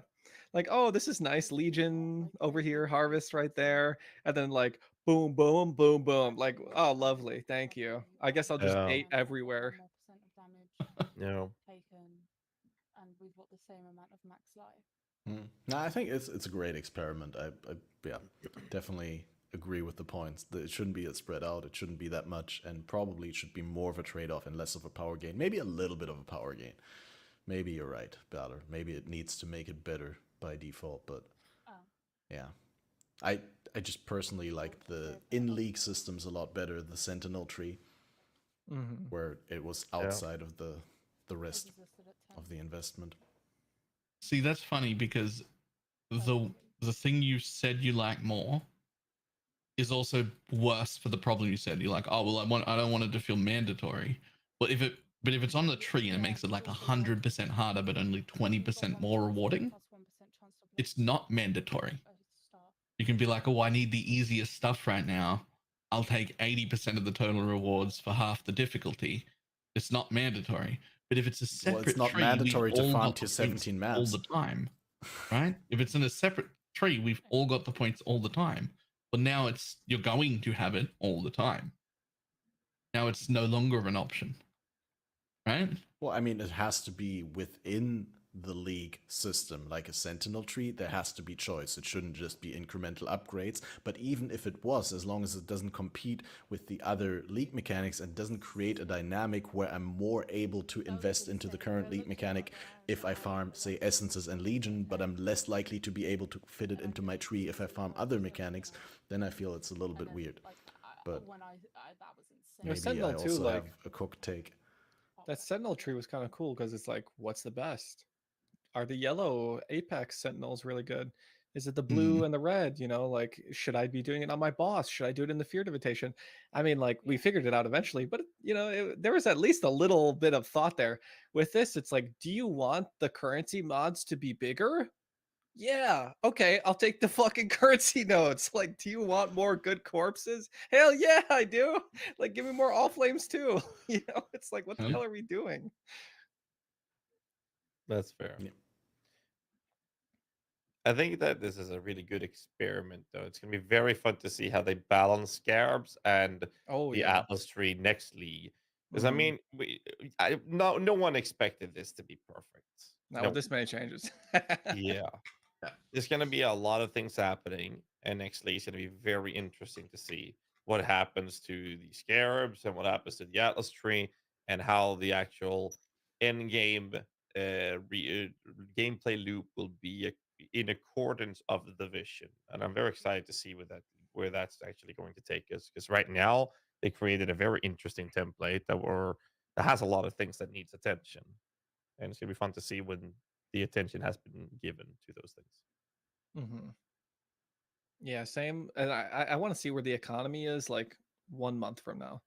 Like, how fucked is everything? Like, like, how bad can it get? We'll see. We'll see. We'll see about that. Do you think they should be doing more adjustments in a league with so many changes, or do you think there's like a cutoff point after 2 weeks, say, where they shouldn't change anything anymore? Or let me dial that back. Like, a lot of people think that a league shouldn't be adjusted in great ways after launch, right? Like, maybe minor fixes if something's really broken, but we've really had a lot of changes, and I've seen a lot of Oh, the yeah. sentiment in the community that it's been maybe a little bit too many changes, and it feels like we're playing the alpha test of the league. Yeah, what's your take on that? Do you think they should make more changes? Do you think they should make less changes, or is there like a certain policy that you'd like where after a certain point they don't make changes anymore? I really don't like when there are big changes like this. I don't think that's like their goal is to have like mid-season patches that change things in such a drastic way. Like, this is obviously just like they kind of fucked up and they had to do it, like it was a little bit rough. Like, in my head, I don't know if they've ever stated this, but in my head the philosophy is the patch notes are the changes, and barring game-changing bugs, that's the game we get to play. It's whatever it is on launch. With Heist, like, maybe they make it a lot better, right? With Heist League, there was a lot of changes there that ended up making it better. But stuff like this, where it's like, oh shit, T17s are the new farm. They added 150% more scarabs and maps and currency, like, right? Like, stuff like that. It's like, whoo, everybody, right? The whole meta changes like 2 or 3 times now of like what you're supposed to do. Mm. And like, even the game breaking things like the anarchy stuff, I wish it was swift and like very quickly done. I wish there was like somebody who's I don't know. Like, obviously, it's somebody's job. I don't know why I would go down that train. Like, somebody whose job it is to make the quick decisions.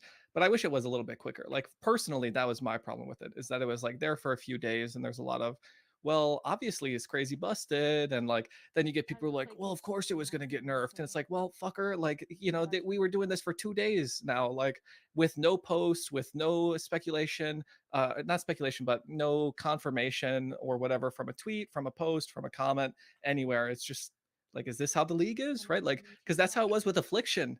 You're right. Like, Affliction's like, is this supposed to be like this? Like, guys, is Are this we keeping like this? this is how you want it? Yeah, like, this is how it Like is. a week later, and we were like, Yeah. "Is it?" Yeah, gonna yeah. stay? And I was like, Do I yeah, need and to I was like, abuse this now, or can I still do exactly. that It's like, in 4 fuck, weeks? okay, Affliction 2.0. Like, sure, I'll adjust myself to the new paradigm. But to constantly adjust yourself to new paradigms within a league is a little bit too much. And I don't, right? Like, I don't think that's even a hot take, unless Ballard disagrees. I agree with that. Like, it needs to be swift, right? But I also know that I am firmly in the boat that I don't want them to ever make changes with the purpose of affecting the market.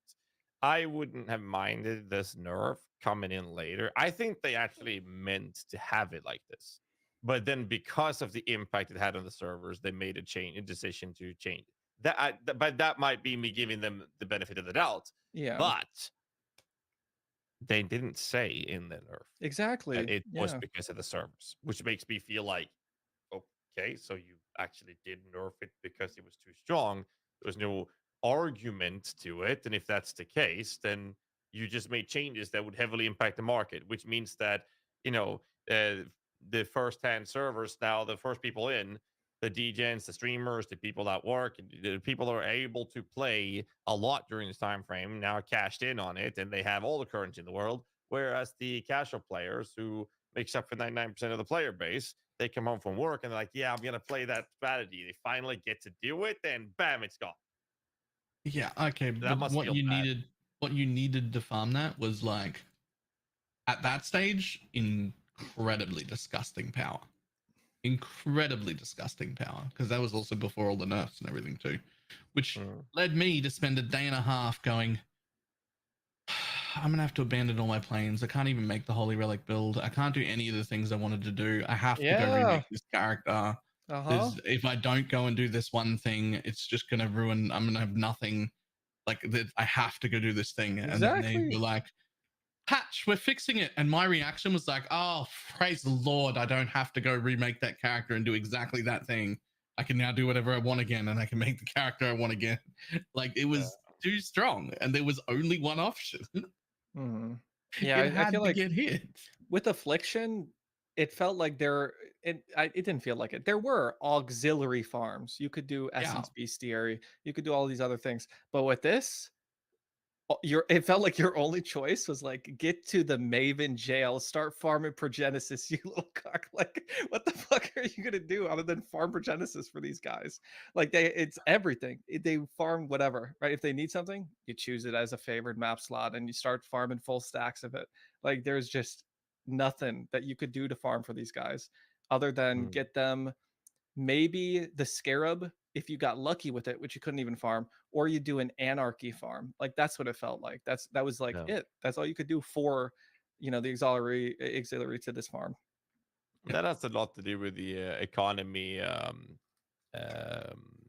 the health of the economy in the game. Like the trickle down didn't really happen because the 1%ers were the ones doing this. They were self-sustaining everything they needed essentially in that sense, right? And normally you have the juicers and they're buying all their shit from the rest of the player base, who's just playing whatever they want, and they can just feed these guys that are then doing this type of strategy. And that didn't really feel like that existed with the strategy. But I don't know, like That's why this big change had to happen, though. Like it Mhm. had yeah, to but there was happen no this time statements because there around was why. nothing. Yeah, I feel like and, GG should have said why. and I definitely Yeah. agree. I I wish would it had like that happened post. faster. I would by the like to way. hear the Like, rationale. That would be nice.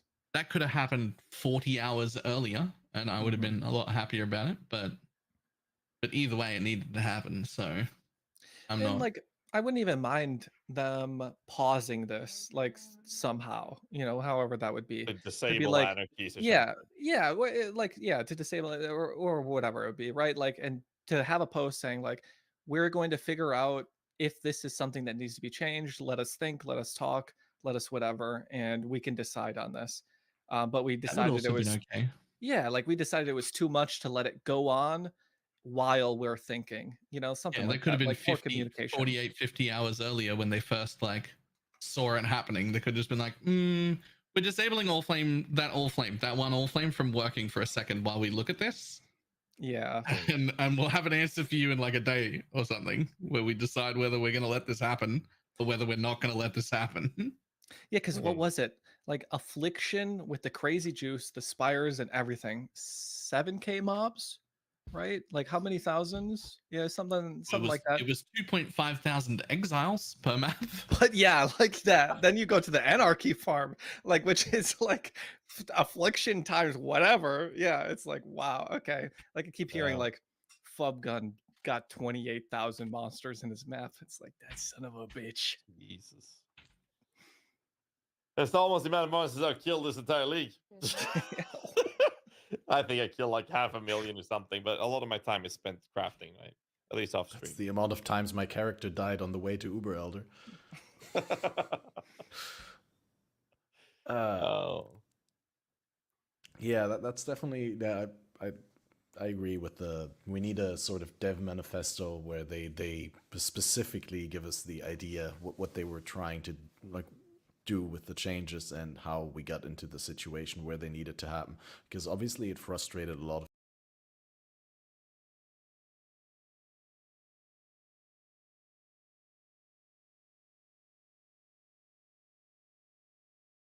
No, please stop for that.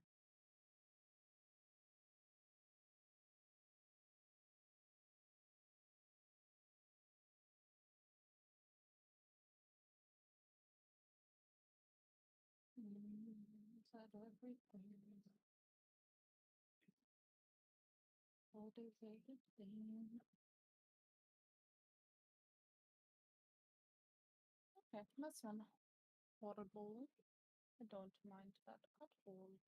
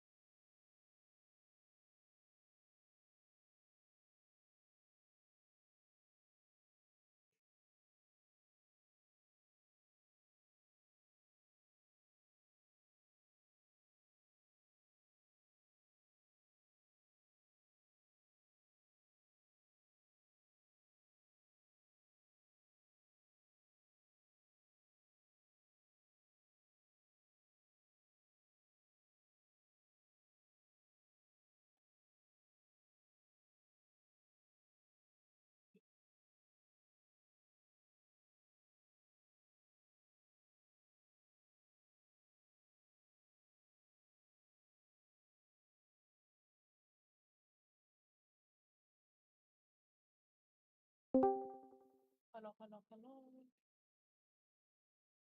Hello. What the hell is he playing? Okay.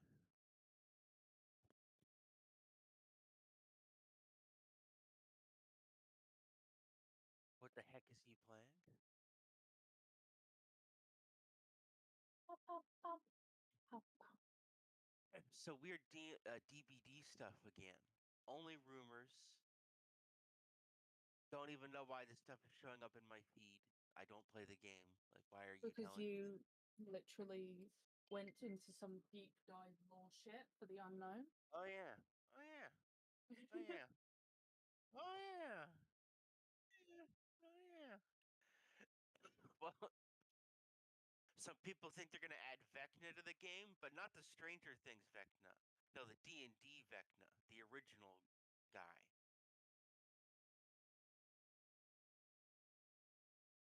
For some reason. He's a necromancer in the D&D setting. Big deal, very dangerous. Well, if you played as Vecna from Dungeons and Dragons and Dead by Daylight, then you would be, if he's added anyway. I feel like he's a weird choice though, because he's not from a horror franchise. But he's like a horror character in a non-horror franchise. But then I guess because Dungeons and Dragons can be molded to whatever the DM wants, it can be a horror. Can it? So That makes no sense. No, not you. So, like, I've literally seen like nothing. So it means nothing. Basically, nothing has been confirmed. Vecna, Like there I is a said, chapter just thing being released like I for said, just D&D. like I said, just rumors from players. Like they're No, like there's like one guy who starts it and he starts it every single time. He never actually like this one has zero anything, like nothing. That's what's bizarre. Yeah.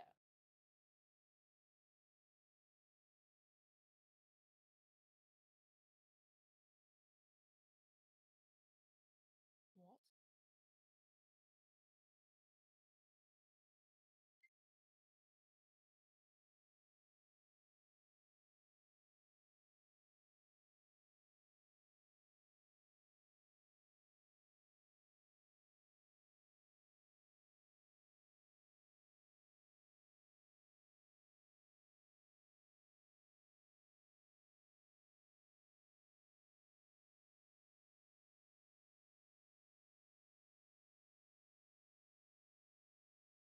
so Vecna would like be literally Vecna would literally be their only option, basically.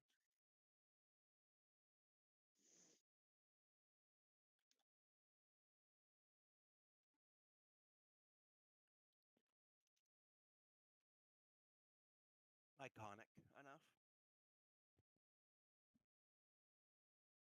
Especially since especially since Stranger Things probably also made people more aware of his original character too.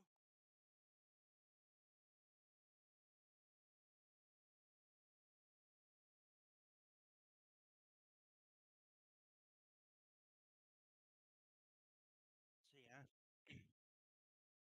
getting chased around by a spooky necromancer man. Yeah. What is this guy even? What does this guy even? What does this guy even look like? Yeah. I googled and I got all Stranger Things. I want the.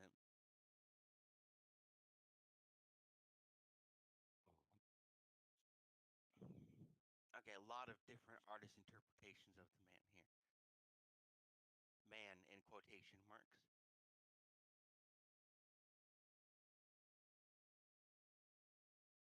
Surprisingly Okay, enough, yeah, what I was saying is like is there's like nothing to really base anything off of.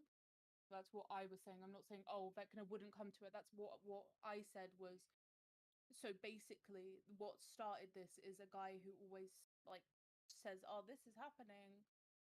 Said something and now everyone's thinking it's going to happen, but so you're like saying the guy has low credibility, not the. not as I cannot see anything to have anything to do with DBD or D&D. That's what I was like. I'm looking.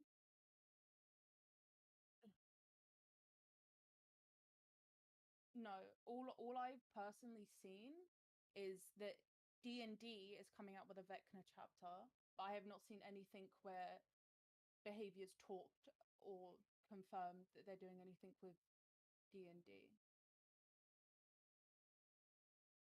That's what I was saying. There's like no anything. And, like some people are believing it because this guy like leaks shit all the time, but like also everyone's like pretending like he hasn't ever been wrong and he has been. People just like to pretend that he's always right. It'd be cool if they did add it though, but I just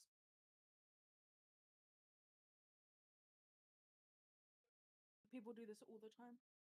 And it also just ruins new chapters when you already know what it's gonna be. I despise people who leak stuff. Especially when it's actually people who enjoy the game. It's nice to be able to watch something and be like, oh my god, I didn't expect that. Not oh my god. You're shocked. Wow, is that Winnie the Pooh from Winnie the Pooh Blood and Honey in my DVD? Shocking. Wasn't expecting that.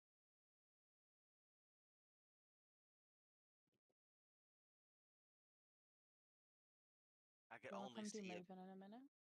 I could only see it being a skin for the trapper instead of its own killer, but you know that'd still work.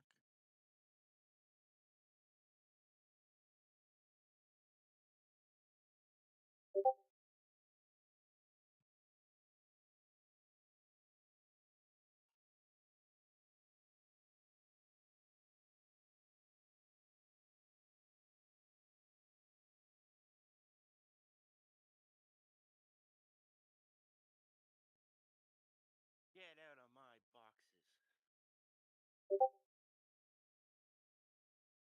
Cat, cat was in my boxes. Had to remove them.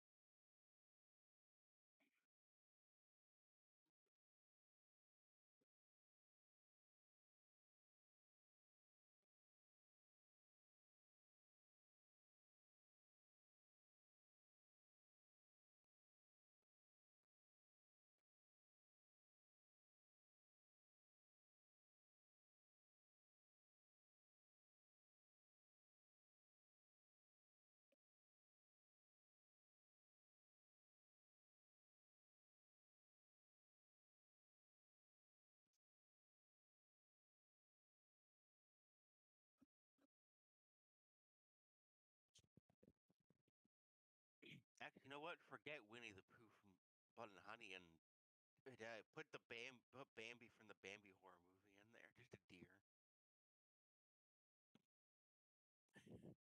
Can't use can't use any weapons. Just just a deer. It's a really big deer, but a deer.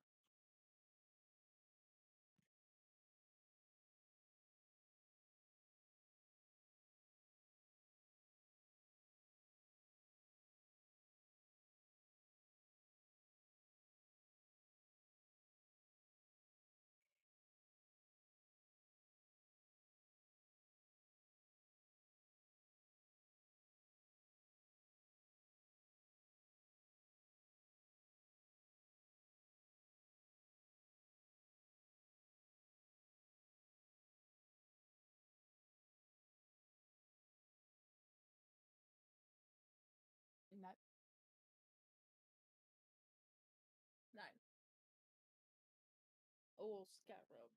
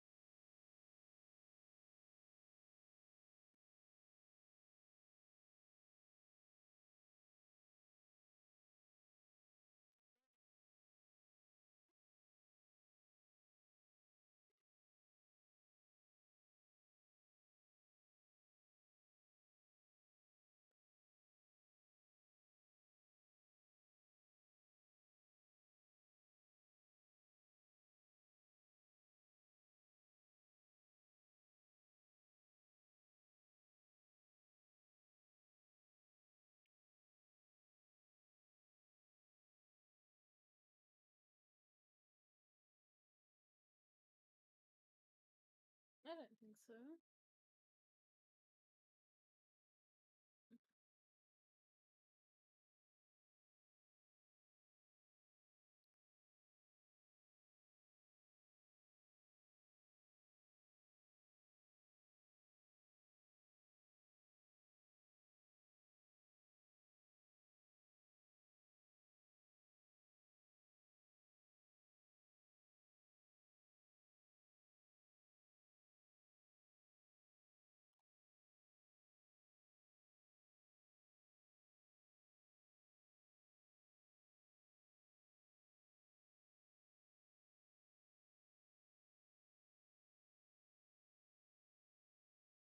I'm gonna go make myself some food and watch some music, listen to music.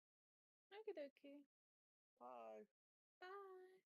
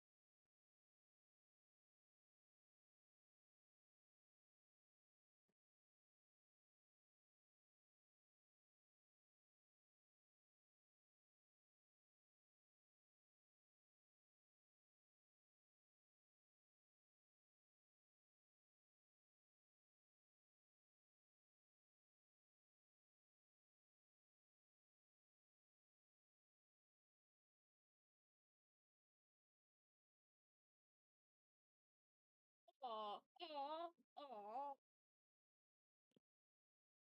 Oh. Oh, oh, oh, oh. Oh. Yeah. Oh, oh, oh, oh, oh, oh. That is not how it sounds when we win.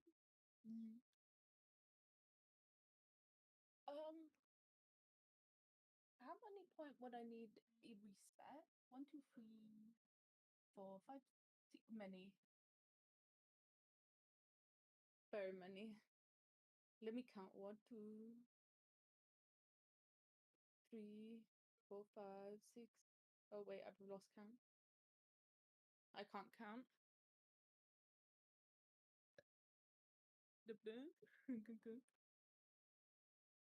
Opalescent golden. Are you taking the quiz?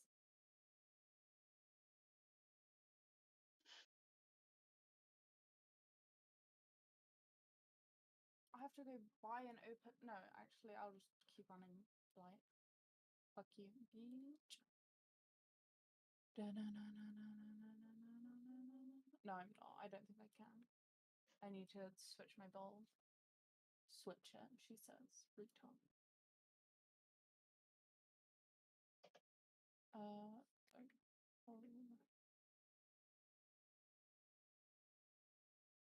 Oh, it's nice. See, I can handle that.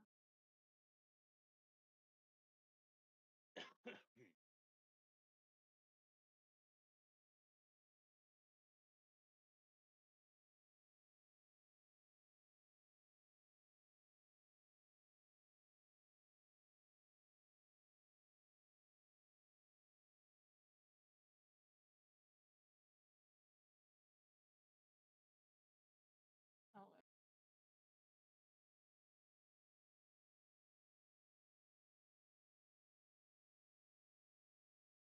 bro, she just abandoned me.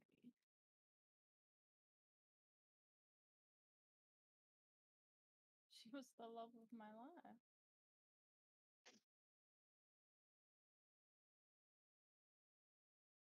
What the fuck?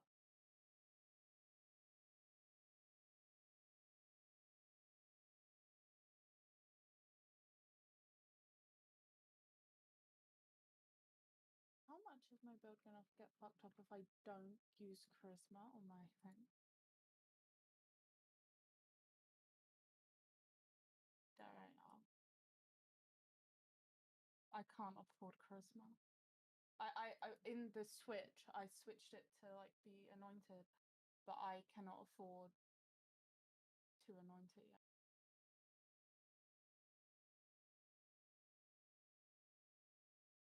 $2 gold. $2 gold, 1 opalescent. I bought the opalescent, but I didn't even look at the gold before I bought it. 60 each. Yeah. I don't have 120 to put on a necklace right now.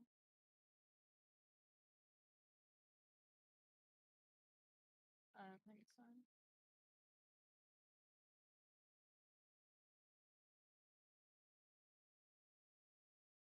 Oh wait, I think my necklace is good.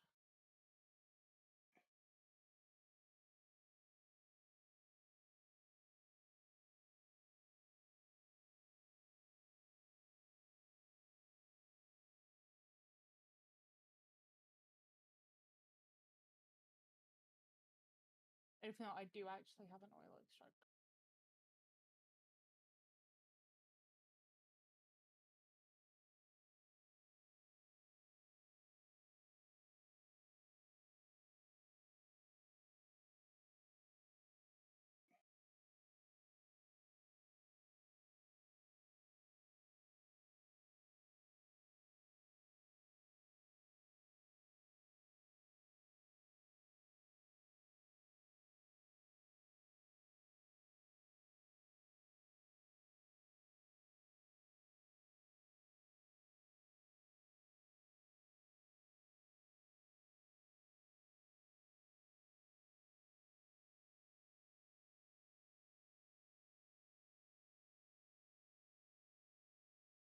Do I not have an anoint? No. I only got it last night.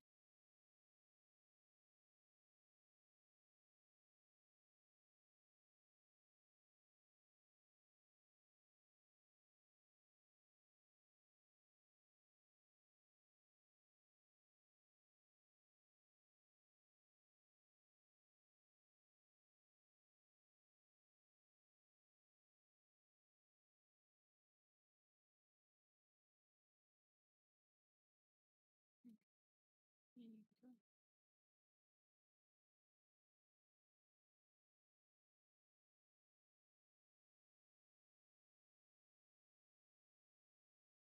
Mm.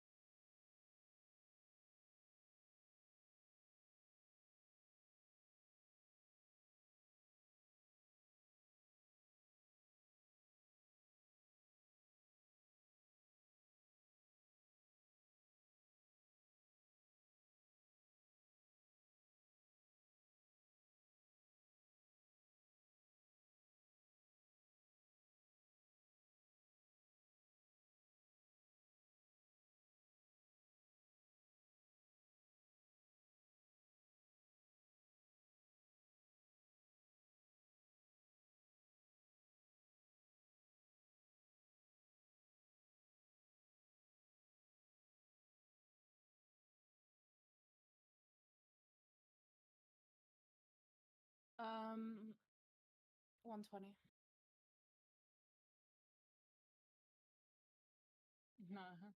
Yeah. And I also, the few that I do have, I need to buy some regret. I need 30 regrets. Oh. Oh, hey, thank you. Um,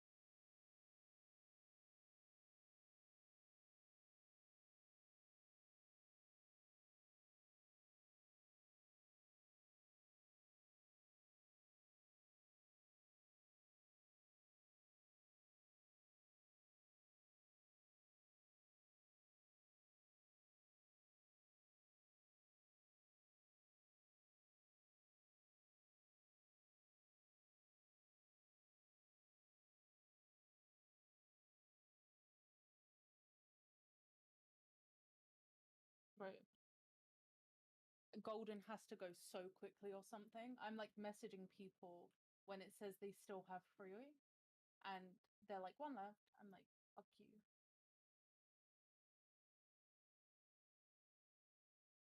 One. Hey, we can turn it.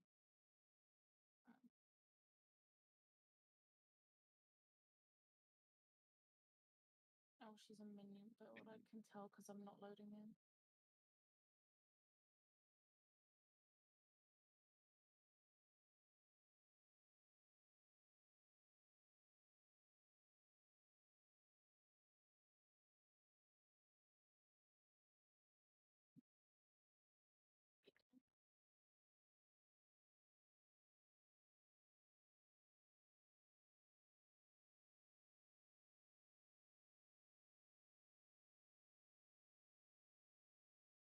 Oh, hell yeah.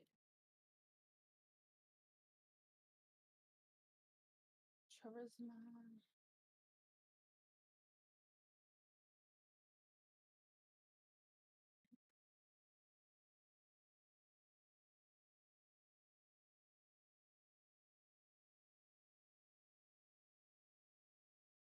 Yeah. I pour. No mage blood.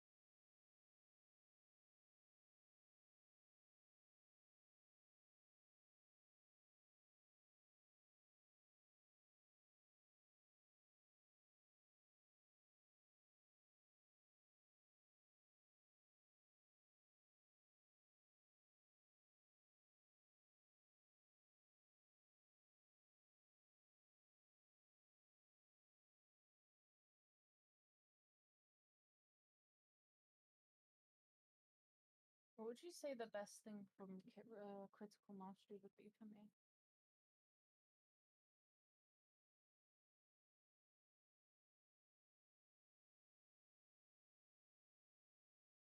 Yeah.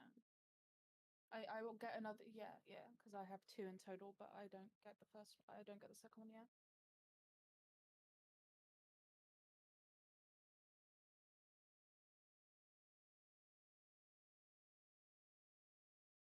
Okay. Okay, that sounds good. Cool. Will be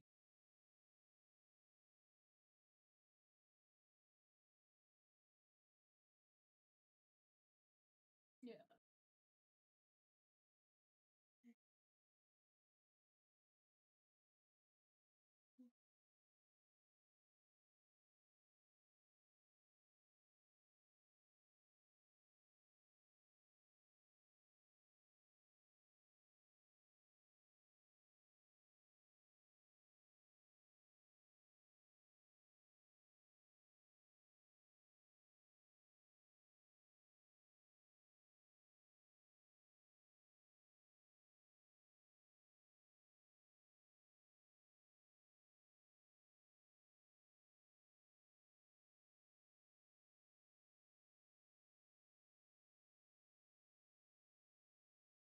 That's why I ask you most things, not everything.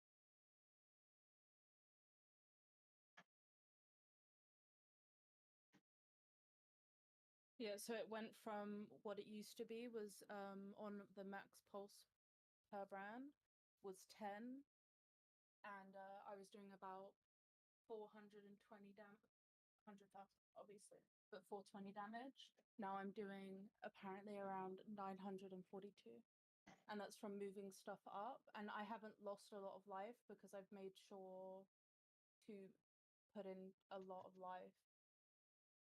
Yeah. I've got the new shield as well. Yep. Other than obviously. And I also got the nearby enemies have 50% less reduction from my leech tree because regen really tricks. No, okay, wait, I lied to you. I did lie to you. Oh wait, no. No wait, I didn't lie to you. What do I not have on here? Oh, my amulet's not showing up on here. My chaos wasn't capped, but it is capped in game, so I was like, what the fuck? It's because I did that. No, I meant my fire. I'm retarded. Yeah, give me a sec. Like I'm fucking like it's tripping balls over here. Yeah, so now it's okay. So nice. Yeah, so now with my necklace, it's 1.159.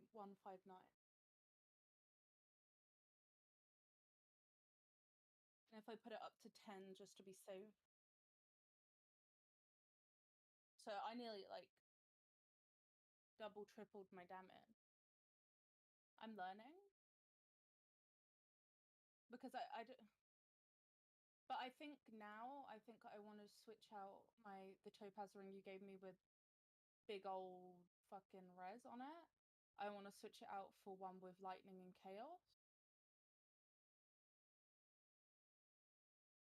Because my, like...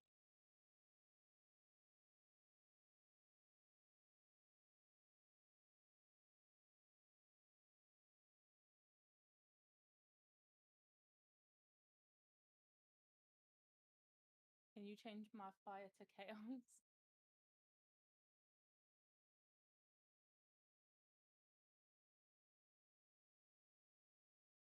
I think I want a chaos ring now.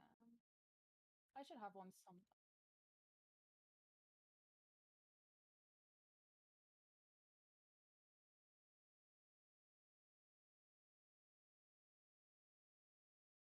Okay, I've got 4 chaos rings.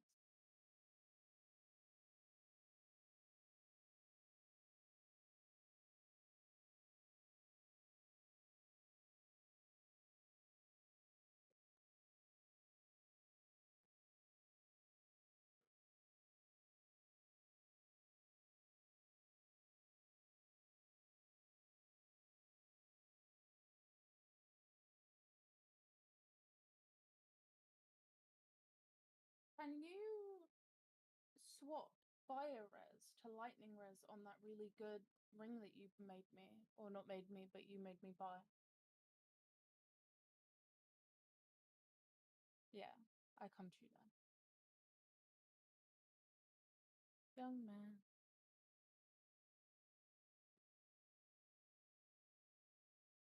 that one? Wait, so that 1 sec, I've lost it. I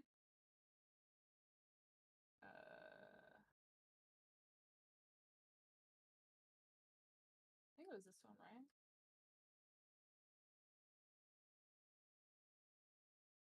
Yeah.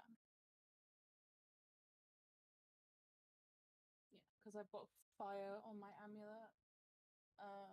So my fire's maxed out. Everything's overcapped. My card is very overcapped.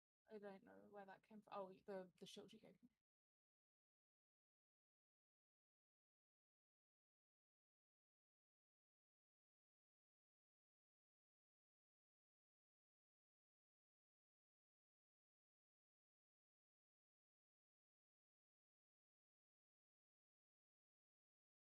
Hong Kong home.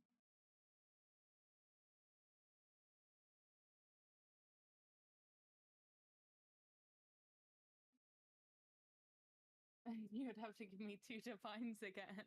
That's how much I paid for it.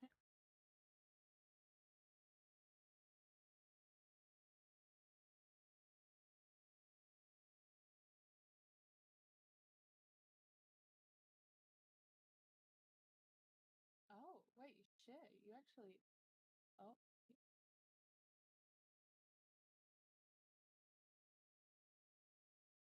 Yeah, that's a fucking. Wow. Oh my god, I'm bugging.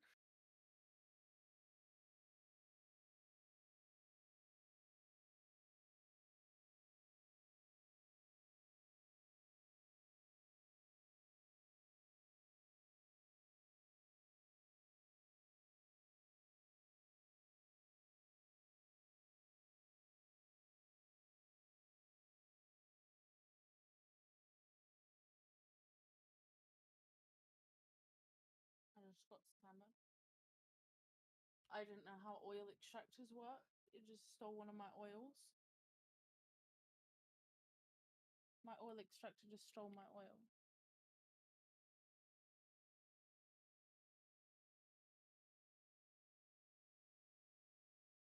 Yeah, I didn't know that. I thought it gave me all of mine. It scammed me.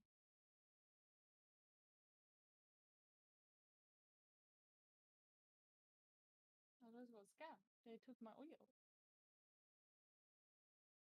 My oil.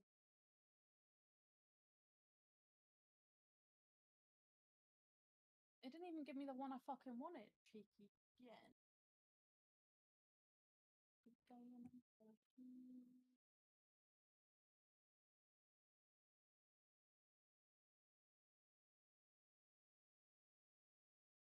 What?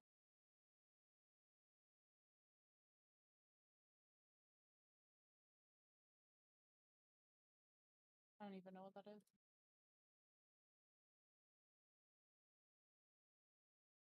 I only know what things look like.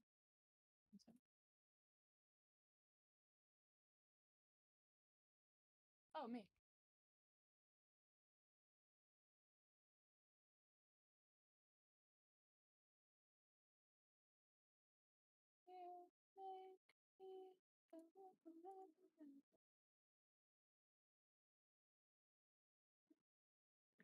Yeah, I showed you. I like put it in chat yesterday because I thought it looked pretty cool.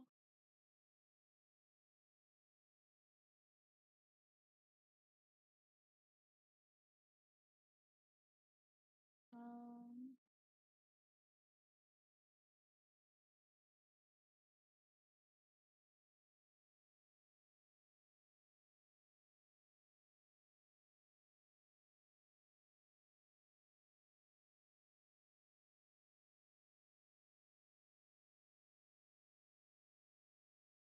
It's not that big, I don't think. Yeah, with +2.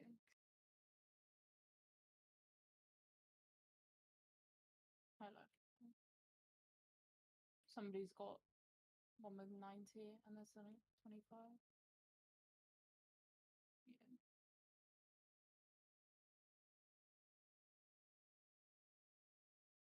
I'll be able to sell it for like 40 because we've got better armor energy shield. But other than that, no.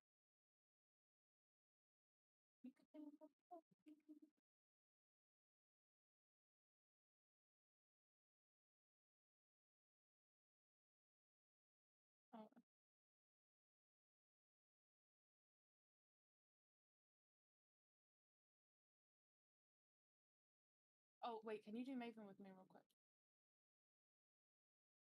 I keep forgetting.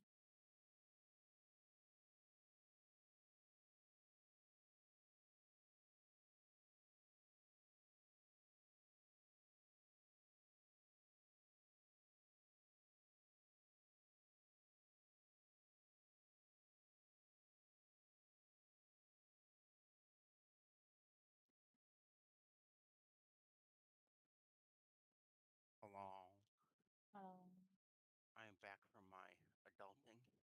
You know, I was literally standing right next to the computer the entire time, but I'm back from my adulting.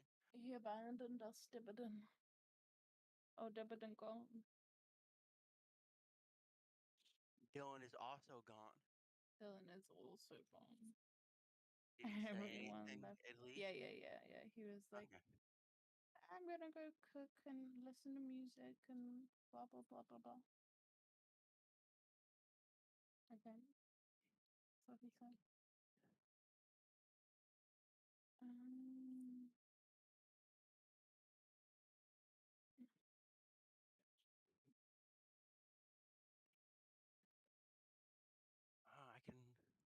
I can play you unfitting music for your game.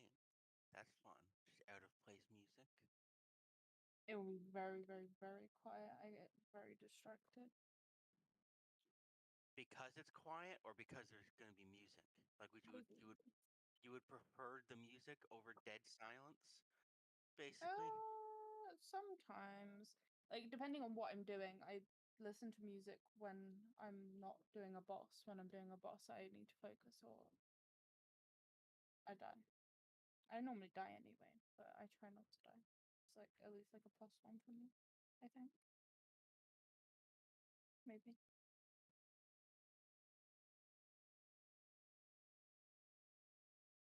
Maybe not.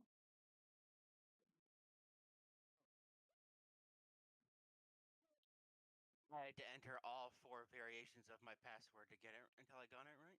Like it's one of these.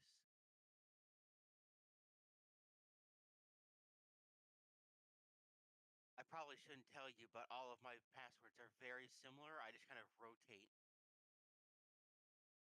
between Slut. variations. I'll do uppercase this time instead of lowercase. They'll never know. No, of course not. If they find one of them, they're never gonna find the other one. Next password. How I set up my passwords and how Don't easy tell it would be to Jefferson. find, He'll get how triggered. easy it would be to figure it out.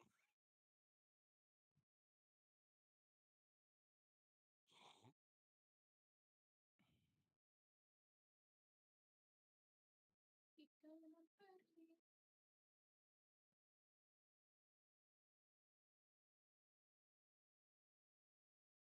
It does. Usually, sometimes I'll use the number sign. Sometimes I'll use the little ampersand. Sometimes I'll uppercase. Sometimes I'll lowercase. I just go back, and it's always the same set of numbers. But Or Firefox chooses all of my passwords. it's not my birthday. It's the number I use to clock in at work. They'll never guess that. Oh, finally. Bro, the guy earlier that tried to buy my 5C thing is finally come back to me for the 51.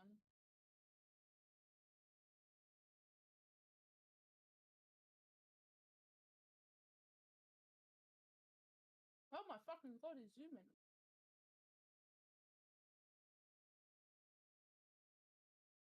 Time to do So something. quickly. Time to do something that Spotify wouldn't approve of again.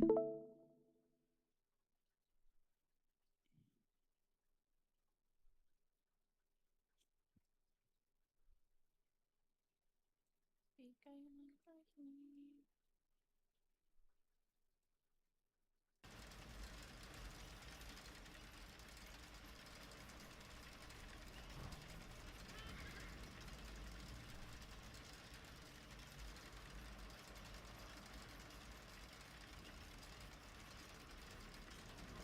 Of people, I'm seeing a lot of negativity in my community that I'm trying to develop away from negativity because like after last year was a really good year for Path of Exile in my opinion.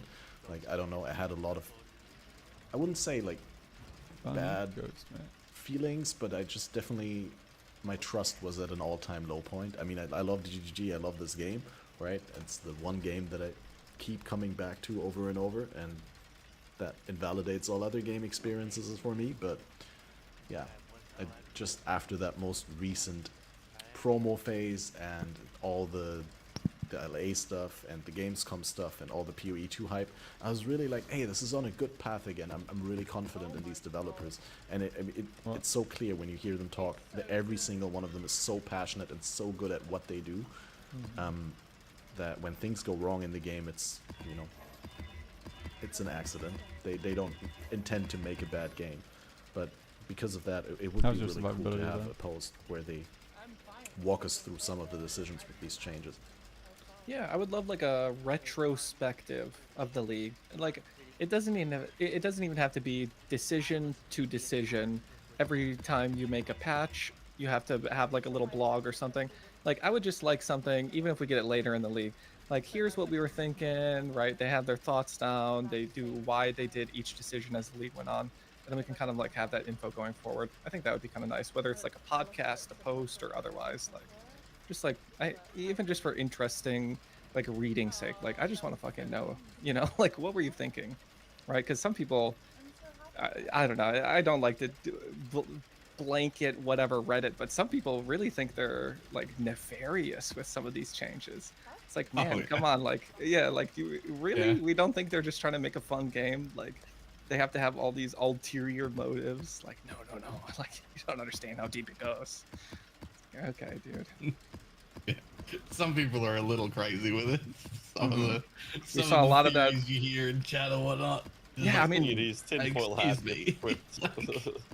What was it? Arch Nemesis? No, was it Arch Nemesis League where the Reddit was like out of control conspiracy? I was like, dude, what happened? It felt like we got taken over by like some political subreddit where they're like, oh yeah, like, oh, why does this post have 2,000 upvotes? Like, every comment was like this. Why does this post have 2,000 upvotes? Is GGG hiring their own bots? Are they botting up these to like try to get us?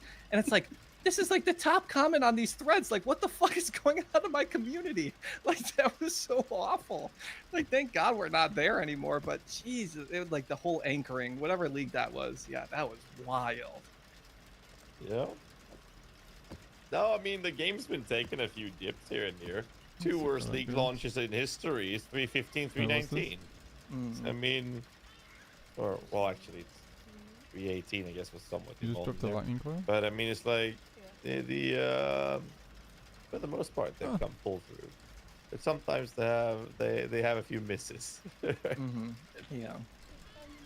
But you know, the Reddit on fire, that's always that's their standard state, and the internet's the internet. That's just all I want to say about it. Yeah, very People are crazy. lots of hyperbole. Yeah. It can't just be like a normal world. It has to go always 3-5 steps deeper. Yeah. And that's just scraping. That's just scratching the surface of it.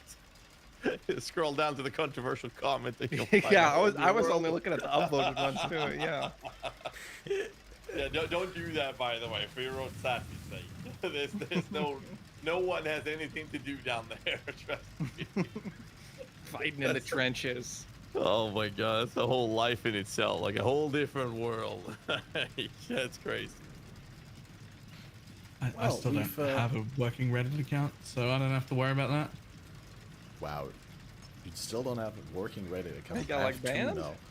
Yeah, I got banned like 5 years ago. What'd you do? No, nothing. Oh, come on. Somebody tried to log in from like Okay. from like some other country, and they locked my account and was like, send an email to recover it. And I looked at it and went, do I want to recover my Reddit account? And I thought about it for about 3 seconds and went, no, not really. And that was like 4 years ago. I just never did it. Just don't have one now. Yeah, I mean, 4 years ago, what is that, Ritual League? I don't know. I picked that number randomly. It was quite a while ago. I don't remember what league. That might So even just- just be Expedition.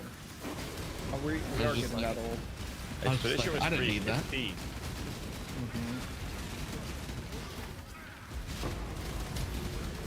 Yeah. Right. 9 leagues, but some of them have been 4 months. What do you mean? 350 came out like July 21. July 21. Okay. We're still 3 years. Okay. It's not that old. Yeah. Wait, 315 was Expedition, right? Yeah. It's so funny that that's Is it really like nearby, one of the worst league launches ever, because National? the league itself is really good. I mean, that was just Yep. very badly received because is- of the changes that accompanied the league It's a trigger. with the patch. Yeah, the league was great. Same thing with Lake Atlanta was like the best league ever. Oh, fuck you. It was like the one league mechanic I just wrote off instantly. Never interacted with the play standard. Oh, It went so much worse Terrible. than playing standard. I went and played Undecember for 3 months. I didn't come back. that's crazy. That's how bad Lake of Calandra was. That was Didn't a rough like one. I just remember my quote. I don't like it. It's Yeah, that was that league, wasn't it? But was that in It was- regards to the league? I thought that was just the Animate Guardian defenses or something like that. Right? Well, there were two things. Probably a One little was bit. one was Arch Nemesis. I have another thing to add to that. The other part of it was that they, for those of you who don't know, there are monsters in the game that have well telegraphed big abilities that you're supposed to dodge. That's why they do so much damage. They normally have a modifier that makes them deal less damage towards player minions. This you cannot make them deterministically move away from this ability. So therefore they will automatically always do less damage. Now that modifier does not exist didn't back then exist on certain targets in maps from certain bosses. So when you spawned a boss in like a breach and Tool started showering your AG with these projectiles, they did all the damage. There was this guy on Reddit who posted where he was showing a worse geared AG than I had, face tanking the breach stone, and like, oh look, guess he just had bad gear in his AG. And I'm like, no, that boss deals less damage to your minion. What are you talking about? That's not the problem. The problem is that the one in the map does full damage. yeah, Oh, the man. scaling is not. Yeah. If But you you know, had they pulled it reworked yesterday, the you Arch would've been Nemesis, fine. and then they baked in some of the modifiers that the Arch Nemesis No, I'm mods saying did you could've as pulled it off regular mods yesterday, but now to she's enemies in fixed the her players build. nowadays, She's right? That's how lying. they did that change. Executioner still exists. Rejuvenation You're pod gonna- still exists. Do you have to? And what inspect they your did Atlas is they tool? fixed the problem with AG specifically, which was what really tilted me. There was a third AG that died that spawned that comment. Was that modifier affected your AG, and the way you keep the AG alive in most you of the have- cases you is have through 10 out of 12 regeneration effect. That's what made it so completion- scary you have the same sometimes. completions If you don't as pay me, right? attention to it, it actually affects minions. For and stuff. favored map slots? So the executioner mod, there was a patch that came in and said this no longer applies to your minions or affects your Yeah. minions. So And I was like, okay, now good, you that's can the run solution. Great. that favored Now map. that they've introduced that modifier in the game again, But obviously, if you're it doing again a applies boss to strat, you minions. don't want to run that. And I have, I'm trying. I I'm have seeing how it reached works. out to Because people both typically Mark, use it for ping pong. Chris Wilson, and a but bunch of other guys that talked at GGG. I They feel are like it'd be aware fun of it, to and it allow that. still affects minions. But because Arch Nemesis is out of the game, it's not as bad. But the modifier still exists. It's out there, and it will kill AEGs every now and then. But it's not as bad as it was back in the game. I like that. You're like Yeah. emailing Chris, like, dear Chris Wilson, I hope this finds you well. I- My wait, wait, fucking hold AG keeps dying. on. Let's see. I Do you have quote, any pet peeves Yo, with what the fuck is this? Direct quote, by the way. Direct quote. Nah, I love talking to these guys. They're awesome to talk to. But at least it's not as bad as it was. But 319 was definitely like those things. It's terrible. That was a rough go. 100%, yeah. Do you have any pet peeves with Arch Nemesis mods in the game, Fred Taylor? Man, it's invulnerable. It's just like they So what do you have them think in a the, like, good spot the main where it things that you really picked up that fucking really, like, it really gets you transformed that goad sometimes. Like I'm playing Fulcrum right now, and I'm doing like I'm doing What Harvest. do you think the And main things in sometimes your there skill will tree be that an you picked up are invulnerability aura, transformative and damage? this the whole level of build- sacrificing, Yeah, this whole build is supposed to explode all the tiny shitty monsters, and then you use your big ignite to kill, and the explosions to kill the rares. And I'm sitting there, and it's like, why are these monsters dying? What the hell's happening? I read my map mods, I read the altars, and then I scroll through the 50 harvest monsters that spawn, and I'm like, or I see the aura pop, and I'm like, oh, fuck. Or sometimes, right, like, it's that, or, right, some things, Soul Eater. Soul Eater's not too bad. Now that there's a cap. Yeah, But now that- they're giving the yeah, enemies reduced damage taken. Now, Burial Chamber boss. Yeah, yep, yeah. I mean, Yeah, Or yeah. should It's be sometimes. Specifically, any mob in the game, because for some reason your summon raging spirits getting replaced my or God, dying dude. counts as a soul that Yeah. they can absorb. So every single soul skeleton. leader on SRS That's Fucking hilarious. massive. attacks all the time, and there's nothing you can do about it. Million Put it players. this way, you know that Rich Defilers, when you run 9 of them, they have a revive ally skill. So the first thing they do when they pop that is you fill your screen with 150 enemy minions. I'm not even exaggerating. Between 100 and 150 minions of just massive shit on the screen. If there's a soul eater there, you're gonna have problems. It's gonna take a while. That's 'Cause crazy. they will die and it's gonna get really messy. Yeah, other than that, it's like, whatever, is it Executioner with that aura where you can't recover above 50%? On spec. Executioner. Yeah, that's so fucked. What the hell is that? Like, what? How are you gonna keep me at half HP? That's insane. Like, what the hell? Like, nothing else is as bad as that is. And it's always Feel like overwhelmed it's fizz. a rare modifier, right? It's not something you see on a pack of blue monsters. So when you do get it, you now have this humongous motherfucker that's about to hit you with really hard hits. And you can't get above 50% of your life. Like you've already been hit half your life. It's gonna hurt now. You know? I think it's such an overkill modifier personally, but that affects minions pisses me off still. Yeah, that's a little bit Okay. much. Like, if it affects us, you know, like, That- whatever. Oh, you got me. You know, like, you got my 10% XP. That was pretty juicy. Especially like in an expedition, I added Calling Strike or something, so he hits me a couple times and then whatever. But yeah, minions, that's crazy that he can just gank AG dies like, oh, Yeah, Crown of the Jesus. Tyrant, Kingmaker, Grothkul, my Curse Gloves and Windscream just went, yeah, Yep, that's 20 yep. divines to fix. Yeah. Oh, dude. Bada, you got one? Mine is just the new Soul Eater is so much harder than the old Soul Eater for specifically for minions. I think outside of minions, I don't care. I think I'm good now. Mm. Yeah, but it's also fair because it's capped, right? And it's not permanent buff anymore, but like I temporary. mean, it's which is permanent for us. Oh, it is? For It's minion permanent builds, and capped for SRS. Is it capped at full permanent because the SRS count? They count. Skeletons, Ah, SRS, Phantoms, any minions. So you And it- gave your Soul Eater, that boss will fuck you up. And Like, it's not that's just what when they happens. die, because when you replace them or they expire, It that counts also as counts dying, as a yeah. death, and Yeah. they eat their souls. So it's permanent max stacks. They're actually so much harder to kill than they used to be.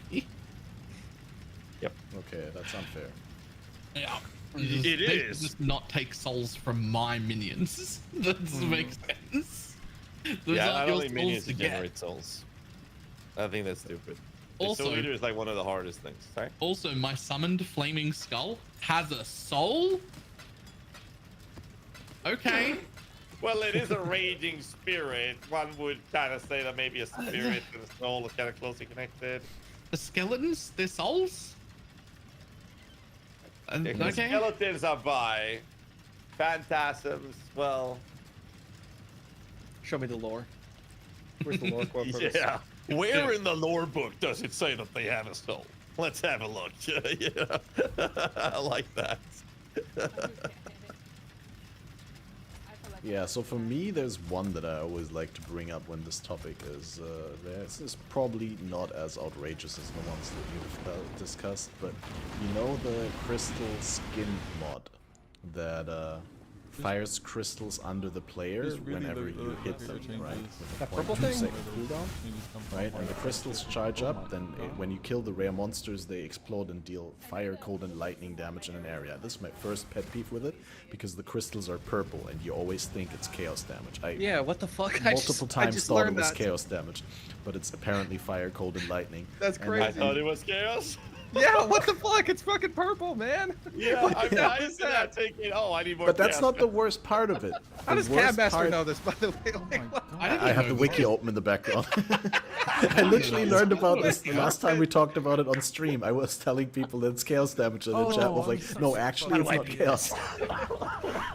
That's funny. But wait, the worst I'm part sitting there about it is dying, not I'm, that like, you know baffled. I'm it so doesn't make sense that confused. it's not But chaos, it's but because I'm lightning warp. so like I said, the mechanic works. You hit the monster spawns a crystal underneath your position. But if you're a summoner character and your minions hit the monster, it will still spawn under your position and not under the minion's position.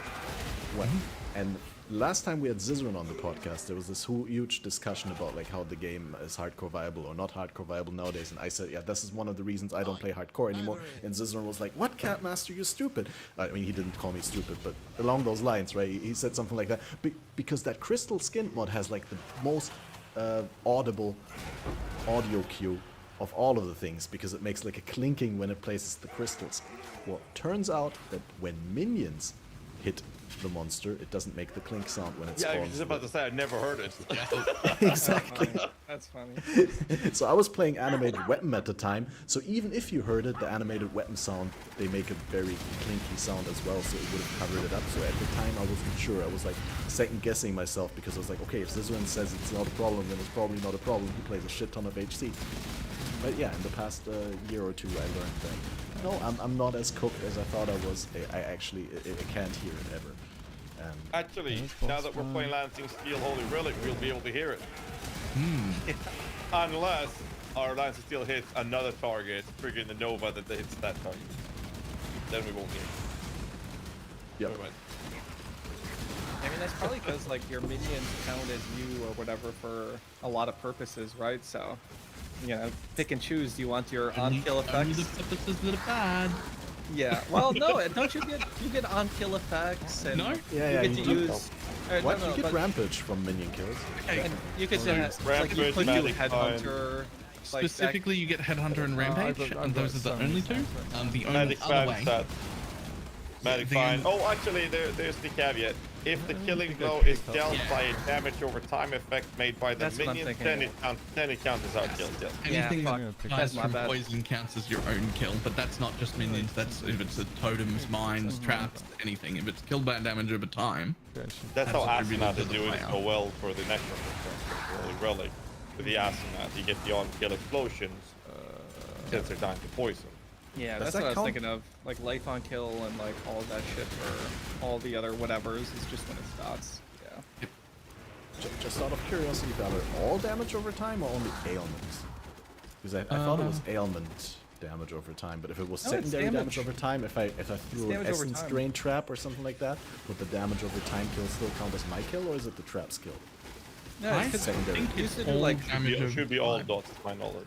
yeah, 'cause we used to do like TR mines and you get the Yeah. life on Okay. kill and whatever from that Right, as yeah. well. Okay, clarified. Alright, well, I'm very aware of the time being already way above the 2-hour mark that we usually aim for, but if you guys want to bring up something that you want to see discussed, you're very welcome to. Otherwise, we should be rounding things off, because it's, Fuck, I should have prepared a question. Some spicy. Yeah, what's your guys' opinion on the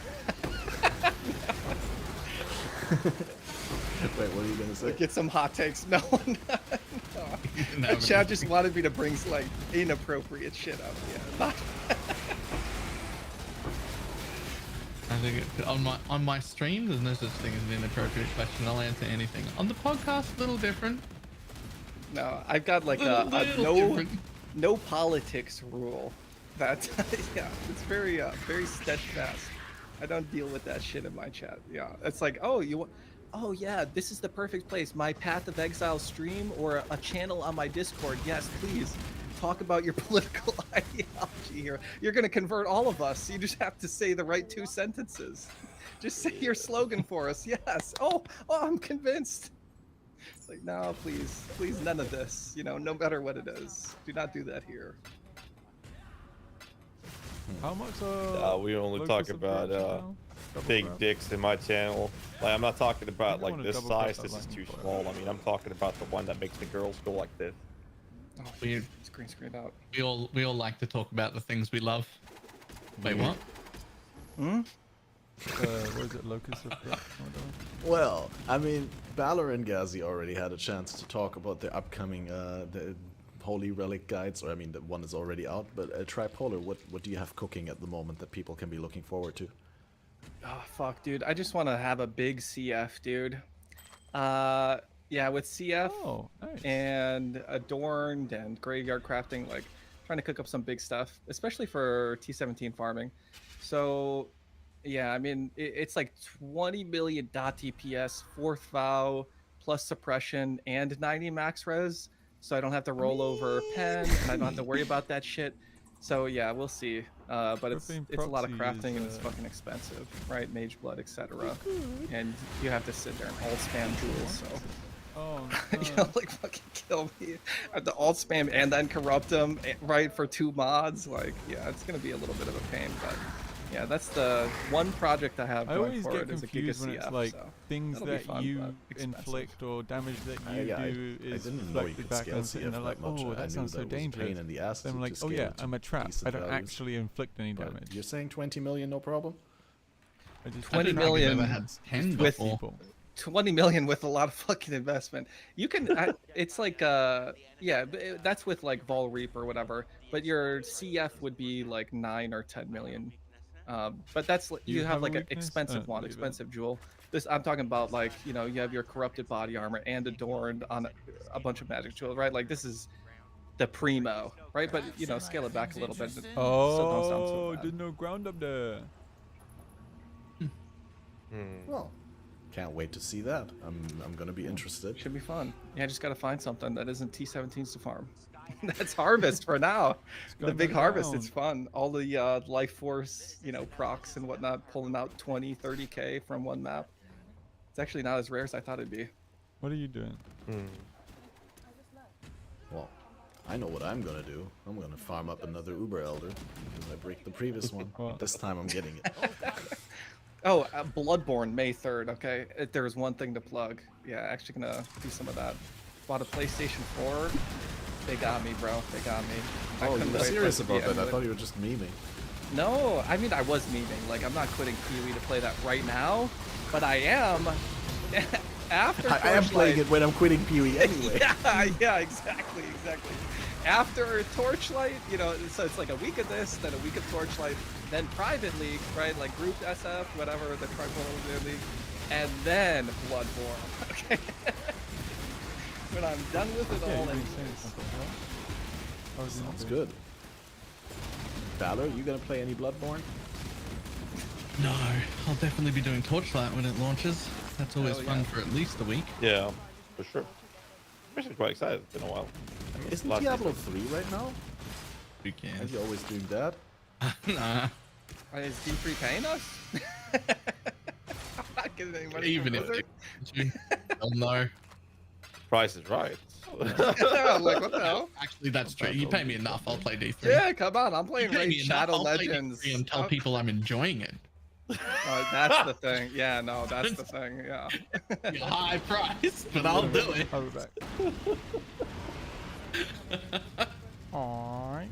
I just wish Bolson would sponsor me, 'cause then I'd You want to cook, Cam?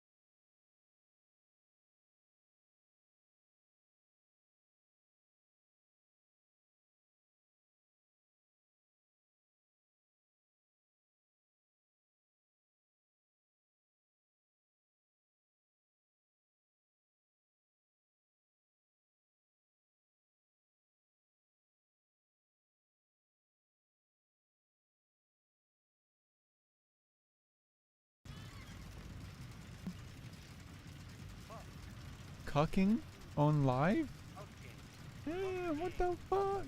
Cucking live, dude? Hit me up. No NTR.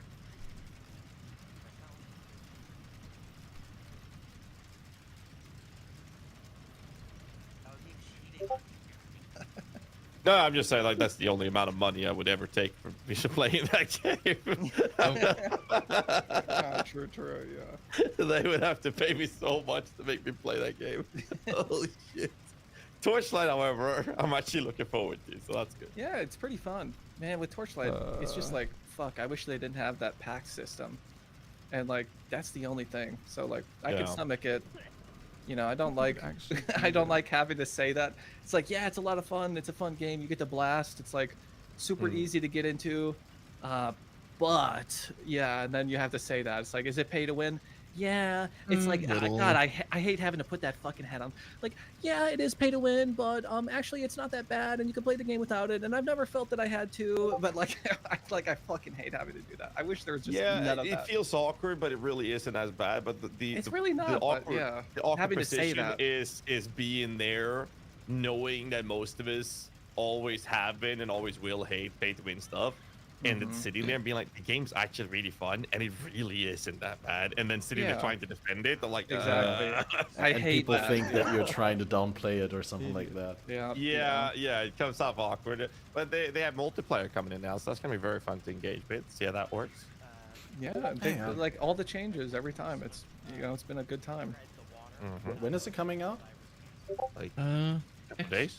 19th next week, Friday. yeah. Yeah. Okay. Maybe I'll play it this time around, but like that seems a little bit early. I'll probably wait until later. Yeah, I mean, I'm definitely first like, time player if I do. So yeah, I'm not starting losing out. streams with PUE and then doing Torchlight stuff. Yeah, gonna do both. Probably the right strat. Mm. Yeah, I'm also curious what the last Epoch devs have cooking for us in the next cycle. Oh, very excited for that. Don't think we have a release date for that yet, right? For the next. Yeah, I've not heard anything. I haven't seen letting it one cook, I yet. got. But yeah, definitely looking forward to hearing from them. And Yep. What about Diablo 4, boys? Huh? How we feel? Actually excited. The Yeah. PTR was nutty good. That's what I hear. Yeah. There were a lot of issues, a lot of balance issues, but they are making fundamental core changes that should have been there on the launch. Yeah, but you know, I'm in danger. it's getting closer to the state of the game where it should have been when the game launched. It's And almost that- ready to closer to launch releasable 1.0. state. That's where they need to get first. And the PTR was I Ouch. was slightly carefully optimistic for last season, and then it didn't pull through. But the PTR is showing me at least that I am very excited for what's to come for season 4. I That just was a hope quick that the patch change. notes are going to be substantial and cover the feedback provided by the community out of the PTR. So how good it's going to be is the question, but I know it's going to be good. So the question would then be, is it going to be D4 good or is it going to be D4 mid? That's Or like the two D4 things I'm looking better. You know, like. it's definitely going to be D4 better. But Yeah. then the argument as well is if you didn't like anything of the game before this, these things are not going to change that. But these things are like the itemization. It's still going to be very compressed, a very fast progression. But it's going to be a lot more interesting and enjoyable progression. And the fastest D4 leveling strategy, I literally just actually updated my speed leveling guide for it, is not involving running a dungeon 24/7. You're actually going to be hell tiding, and it's way more interesting, way more fun, yeah. more loot. You engage I with will- people. It's just way better in all fronts. I will We'll give see. D4 the exact chance he gets every season, where I have a quick read like a casual player of the patch note area just to like see what's super important, and then it gets exactly the first day I play it to prove it's worth playing again. And if I'm not having fun by the end of the day, it's gone. Bye. That seems like a fair idea. That's what keeps happening in the last few seasons. You get one day. That's very I've fair. been able to enjoy about 10 to 15 hours of gameplay every Yeah, that's season kind so of far. that's kind of the one of the key And parts. after that, I just do what I have to update my guides. Always love these. And I'm hoping that's going to change for season 4, so I can actually enjoy more than 15 hours. It's looking like that's going to be the case. Yeah, I'm honestly kind of just waiting for that Mephisto expansion. It's Hell like, all right, yeah. maybe then it'll be something I can like dig into for more than a couple days before I hit that like wall of awareness where it's like, wait, what the fuck am I doing? Like, why am I doing this? What am I grinding for? You know, like, what's the goal? You know, like, Always love these exotic Yeah, coins. it's going to be fun. You guys are so generous with Blizzard. Oh, I've been very critical to yeah, I know. consistently, and that's coming from someone who's responsible for all of the Necromancer guides and Ice Veins for. No, but I mean generous And by I've been giving them shitting on chances it. over chances over chances and trying it every time around again because I just got I've burned not once in I the mean, past and I I said paid like, for "Oh, it. I paid for Pretty it, much. and I To truly be fair, the want the game to be itself good. is like It's fun. just not. The PTR is Oh yeah, I haven't instead of played a it. step in the right can direction, I feel assume like it's it's a very probably- significant leap in the right direction. The question is that leap going to be enough? Because they just took a 2-mile hike down the wrong fucking road, and now they've made small changes, taking steps back. But steps versus 2,000 miles is a big difference. But now they're taking a significant leap back. The question is Damn, why that didn't that leap roll going to put them higher back on tiers? track, or do they still Would've been have so fucking good. distance to go before they're on track? I'm not sure. We'll see. But I'm willing to give them a try every season and see how it goes. But if it's shit, then again, I'll just play for 10, 15 hours, and then I'll just update my guides and move on with my life. yeah, like I want it to be better. You know, like Yeah. not so Blizzard makes more money, but just so we have like another fun game to fuck around with. Like I love the Diablo IP, but Hmm. yeah, I mean, I Yeah. played like the season 0 or whatever the hell that was. They fucking got me, dude. I spent the $100 on the Okay. premium 3 days early, whatever the hell edition, and I think I played it was for on like that. 4 Pretty sure. days. And then I was like grinding whatever dungeon had those goats, That would involve right? clicking I'm like doing that to like hit level hate 100, and then I clicking. was like, what the fuck am I doing? Like, I'm just gonna hit level 100 just to hit it, just to have the Okay. big number? Like, what the hell am I Bro. doing? Yeah, I let was me just do that. racing, and at the end of the race, they nerfed. There were 2 dungeons people ran. It's that castle one, right? One that Rob was running that required a little bit different approach that my group couldn't do, so we ran the other dungeon. We were on par. Anything about that. They nerfed my dungeon, and I'm like, the race isn't over. There's no way I can catch up now. Mid-run, I got so angry. Holy shit. Yeah, there's so much tomfoolery on that launch. But I don't know. Alright. We'll see. I just wanted the game to be good. Hmm. I appreciate that. I can appreciate some optimism. It's just like I don't have it anymore, and I don't think I will have this lifetime for anything Blizzard does, which is sad, but you know I feel deserved. But I'm glad that there's still people out there who were a little bit more optimistic when it comes to that. And ultimately, it's a win for us all if there's more and better ARPGs around. If the standard gets raised, the bar gets raised, then ultimately that also means there's a lot of inspiration to take from those games for Path of Exile or for Last Epoch or whatever game you personally may or may not be rooting for. Yeah, I mean, it would be nice to have a third best ARPG to play after PoE 2 launches. What do you mean by actually balanced? Because before you were telling me that You know how stressful it's gonna be in the future for us? We're gonna have League launch, Cycle launch, Season launch, League Yeah, launch, fuck. Cycle launch, Season Torch, launch. put a Torchlight sponsorship somewhere in there too. I mean, I know I'm gonna cycle 4 fucking ARPGs. Yeah. It's not gonna be no rest for no wicked here. No pun intended. Great, let's go. Sounds good. Make it so good that there are so many games I want to play that I have to skip games that I'm excited to play. I have to make it so that it's so good. Except the that I have Elden to Ring make DLC. decisions. Hell yeah. I I'm haven't beta played an delayed for that. EFT wipe in 2 years. Because they've happened at the Jesus. same time as around the PoE launch, so I haven't had the that time. makes sense. I'm like, I don't have time. And people are like, oh, you should play this with me. Oh, you should try Helldivers. Didn't have time. Mhm. What is that other game that guy was saying? He was saying, Thrones of Liberty. You should try it out. I'm like, I don't have time. Shiny Yeah. aren't they?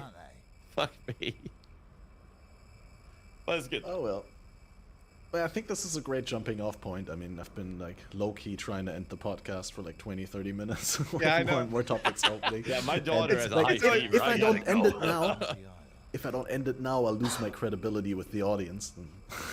They're just gonna call me out for being the negative Nancy all along. So I want to, before I forget it, of course, thank you both for coming on. Gazzy, Tripolar Bear, it was great to have you on. You did extremely well for a first-time podcast guest. Wow, thank you. Wow. I didn't mean to sound that patronizing. We were expecting you to be shit, so good job. Yeah, just be silent in the corner. No, I'm just saying the average person, maybe it's also Balor and me make the average person not feel as at home as much, right? And not feel as welcome. Maybe it was just, you know. I felt a lot of hostility from you two all the time. Well, Appreciate but that's being you, in Tripolar. Gazzy. Thank you, Obviously man. hostility towards you. That was fun. No, it was great to have you both on. All three of you even. Balor, also thanks for being here as always. And Yeah, just because he's to- co-host, don't forget about him. Okay, don't expect. too powerful. Make Yeah, sure I mean, you the thank thing him is- too. Overwhelming. Yeah. We can't always be shitting on Balor. We It's also need to spreading praise him. exile. Yes, A little bit, yeah. So he doesn't leave. yeah, just enough that he keeps going back. No, yeah, but yeah, it was actually real fun. I enjoyed it. Yeah, of I'd course, love to do this soon again. Maybe still this league, maybe about a different game, maybe next league. We'll see. For those of you in chat who've been enjoying the conversation, make sure that you tell us our opinions about the topics at hand in the comments down below. If you missed the beginning or a section of the podcast, you can always rewind because this is on YouTube. You can watch the not. full YouTube video, the full video version on Spotify. You can listen to it on all podcast platforms. And the next episode will be, I don't think it will be a full week because we had scheduling difficulties. I think we're gonna have one next Wednesday if that's, but I haven't checked with Balor yet whether he's even available for that Yeah. one. But I think we got Sir Gog coming in Wednesday 11 p.m. GMT to discuss some stuff with us. So definitely looking forward to that. Yeah. So thanks everyone. And if you've been supporting recently, you're going to be on the outro screen.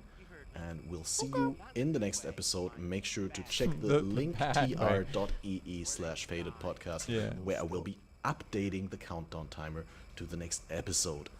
And until then, have a wonderful one. Bye bye. I know a lot of people want to send blankets or water. Just send your cash. Very, very, very cool there. Very kooky back there. Not a fan of that. Not very clean.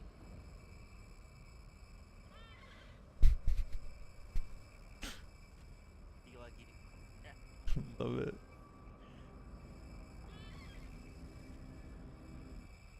But I'm still working on, ironing out some things here and there. Oh, I am the worst person. Right. What was the original starter? I've got the SSD I can carry in your arm, and all I have. Oh no no no no no no. Maybe I should give this to the other guy. Be like, Again, "You carry this. as always. Bright and early, we rise Yeah. to talk about all these patches. Yeah, are you already on a second or third build? Balor was just saying he's doing his next build now. Yeah, I just remade my first reroll of the league. Pretty much just like yesterday was the first day, but I'm still working on, ironing out some things here and there. Nothing. Right. What was the original starter? I played a Exsanguinate Miner. It was really good, honestly. Really, really good build. I kind of wish I took it a little bit further, but for the, for what it did, I think really, really good. So I'll probably actually go back and revisit it, like in terms of when I get more expensive gear and all that kind of stuff, just to have it there, 'cause it was really, really good. But yeah, now I've re-rolled to Chieftain Fulcrum, which is like probably like one of my favorite builds ever. And just like walking around, it even does like T17s and stuff, so it's I, pretty re- good. I rerolled the Righteous Fire Chieftain for Hinakori. Explodes. Oh yeah, it's really good, yeah. So, Hinokora's is so good. Yeah, hopefully they don't nerf it. Fulcrum, Righteous Fire, it doesn't matter. All of those different builds, it's it's really just Tenekoris explode. That's what you're really doing. That's the whole build. It's so good. Exactly. Like without it, it's terrible. So some moments last night that I went into I'm doing T17s for like certain farms. I was just testing some stuff. I bought a Fall Breach, and I basically just like one-shot the bosses with it. Because like you just get an ignite and then they just melt. It's pretty funny. That's so silly that gem is still in the game, by the way. Yeah. But like in cases where like your ignite drops off, you have to like TP out and then come back and then just do another one. And then it's just like, oh, we got him this time. It's so dumb. Like I'm just cheesing, but I don't know. I think that's fun.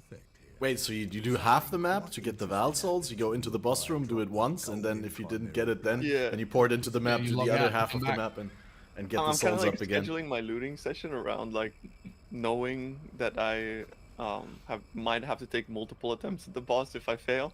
So I kind of like just put a portal in front of it, and then my inventory's full, so I go up to it and I do the Val Breach, and if he doesn't die, then I just like log out, go back, clear a little bit more of the map, come back. It ends up being like actually really efficient because I'm clearing the map super fast, right? Reasons. The only thing is the boss. So. And I figured like it's still worse if I don't do the boss, but if I can, maybe, right? Why not?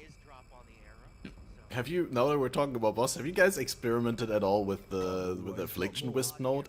I forgot the name, but the one that makes, when less than 50 monsters left in the map, makes it so that the bosses are affected by Affliction Wisps? Yep. It's great. Is it? I mean, you get any more loot? I just feel it's like the same challenge as last week, but like not the same loot. If I had to guess, which is all it is, I would say it's roughly the same as having about 800 to 1,000 of each color that it picks.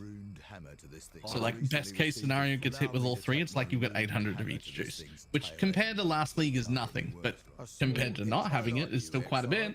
So I'm okay with it. Well, without wanting to interrupt the topic, I feel like this is the perfect time to introduce and announce and welcome back a guest who's been on here with us a number of times. It's the first time since the Forbidden Sanctum over a year ago that we managed to make it happen. Welcome with us, the one, the only, the Grimbro. How are you doing? Yo, what is up, dude? Sorry I'm late. It was, no worries. You didn't have to say it, dude. We could have just played it as if it was planned. No one would have noticed. No, we had a date with my alarm, but you know, it appears that it did not happen. But that's how it goes. You know what I mean? Yeah, Etuna did say you're going hard on this league. You've been playing a lot last night. Yes. Well, you know, sometimes you just have a little bit too much fun. Yeah, all that Necropolis crafting science doesn't do itself, right? Oh. Yeah, or maybe a little bit of Necropolis farming. We'll have to see. A bit more stock. So I didn't manage to catch up with your league start at all. With Tornado Shot nerfed, what league starter did you go for? Shit. What did I go for? Well, I started for the usual Lightning Arrow, like most people who were playing Ranger, I imagine. But I took a different road than I think most people took after playing Lightning Arrow, and that is to put on a wand. I put on a wand. Yes. Because I'm a bit of a risk taker here, you know. I wanted to try something new after 20 years. There's my alarm, man. Okay, well, no, just in time. Just in time. No, dude, I hate that. I hate that alarm sound. It's like burned in my brain because always I have the same thing. I wake up with the alarm, I go shower, and then I'm in the shower, and then all of a sudden, out of nowhere, enjoying the warm water, and it's like, and I'm like, fuck, I didn't switch off the alarm. Go out of the shower, like dry off the hand, and like switch it off. Yeah, but we decided to go Wander, which you know, is a little bit different. I think most people are playing still bows, which is, you know, for better or for worse, you know, pretty good. But it does require quite a lot of gear to go Wander, I have found. Well, which kind of Wander? You didn't do the mana scaling Wander with the new Kinetic Blast Transfigured Gem, right? No, I did not do that. I decided to go just with the Tried and the true Kinetic Blast with Fizz Wand this time, and not Elemental. We're using, you know, do you know the shield? I don't know how to say it, man. The shield from Ultimatum. I don't. Can anyone pronounce that? Maxawatl. Okay. Axolotl? Oh, yeah, the But isn't Machination H Shield. before the... Wait, I swear the H is before. It says Mahu. Mahu Xotla. I'll could be just getting it call it wrong. the Machination Shield. Easy, Yeah, just yeah, avoid the yeah. word. Wait, I'm gonna Google this. I'm gonna try and bring it Yes, up. we know the one. Yeah, that one. That but yeah, shield.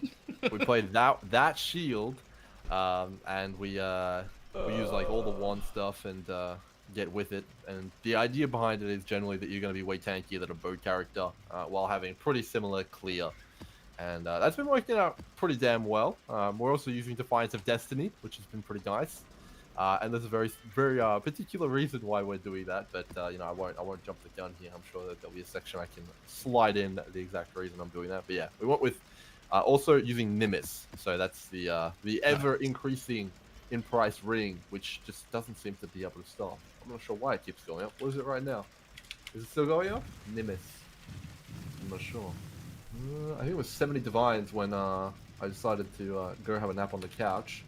But it's 78 now. Wow, it just can't stop. It just keeps going. Yeah, should have bought a couple ones. Yep, that's the one. So yeah, and the cool thing about that is you shoot at all your Kinetic blasts, they all come back to you and they go and shotgun everywhere in one place. So it's definitely a lot of fun. And they make I'm the DPS surprised. really hard to calculate. I'm surprised that the new alt Ellie hit didn't end up outperforming. The numbers Outperforming look what? so gross. KB. The numbers look Oh. so gross. I was kind of expecting it just to take over for Wanding. I never did it. I never Oh, for experienced it. Wanding. It looked like it should have taken over for Wanding. But Well, I was playing the new Ellie here on bows actually. I tried it out and it was pretty good at least start. But I noticed when I was doing my farming strats that I wasn't doing enough damage. I was like, what is going on? Like, you know, I had Death Rush and Inspired Learning. I was like, I should be blowing everything up right now, man. And I had the Elemental Hit on, and I decided to take it off and swap back to Lightning Arrow. And for some reason, my tooltip just tripled. I was like, what? How can that be possible? I didn't actually really look into it too much because Lightning Arrow just started feeling way better, and it wasn't even a matter of going into PoE and experimenting. I could just feel the difference. I went from like struggling to one-shotting everything.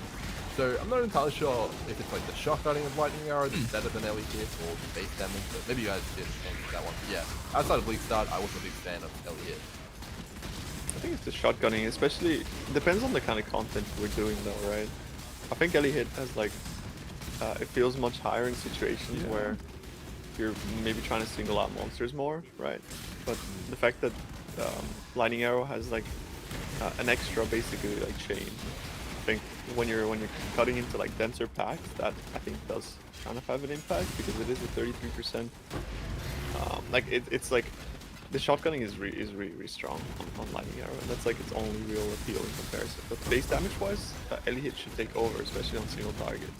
So I'm not really sure what your step was, but I think both there's merit to using both gems in certain situations. I think they're both pretty good. just out of curiosity, Grim's the only one who started it. Did you slot in Tornado Shot just to find out how much worse it feels? I did about 0.2 of a map, and I was like, Oh, that's not good. yeah. F in chat, boys. Oh, Look, I was expecting it to be bad. I just wanted it to still be good. it's still playable, but Yeah, I On still think low on tier the levels? top end, like if you have a mirror bow, it's still gonna blast, right? Yeah, I mean, don't you guys have like insane bow builds in like standard from previous leagues where you could just like plug it in and like try it, how it feels on a top end setup? well, that's You what I keep did standard actually. builds? Oh, Yeah. you did that? I thought have, like in the game. I have my in the Mirror league. Harvest character, you know, with my backwards bow and, you know, a +1 arrow quiver synth and all sorts of stuff like that. And I had tested it before the league. You know, I took the quality gem off and I put a level 1 sniper's mark and all sorts of stuff like that. And, you know, it felt okay. It felt pretty good. And I had also tested Lightning Arrow in a similar fashion, and I don't know, I thought it was going to be okay.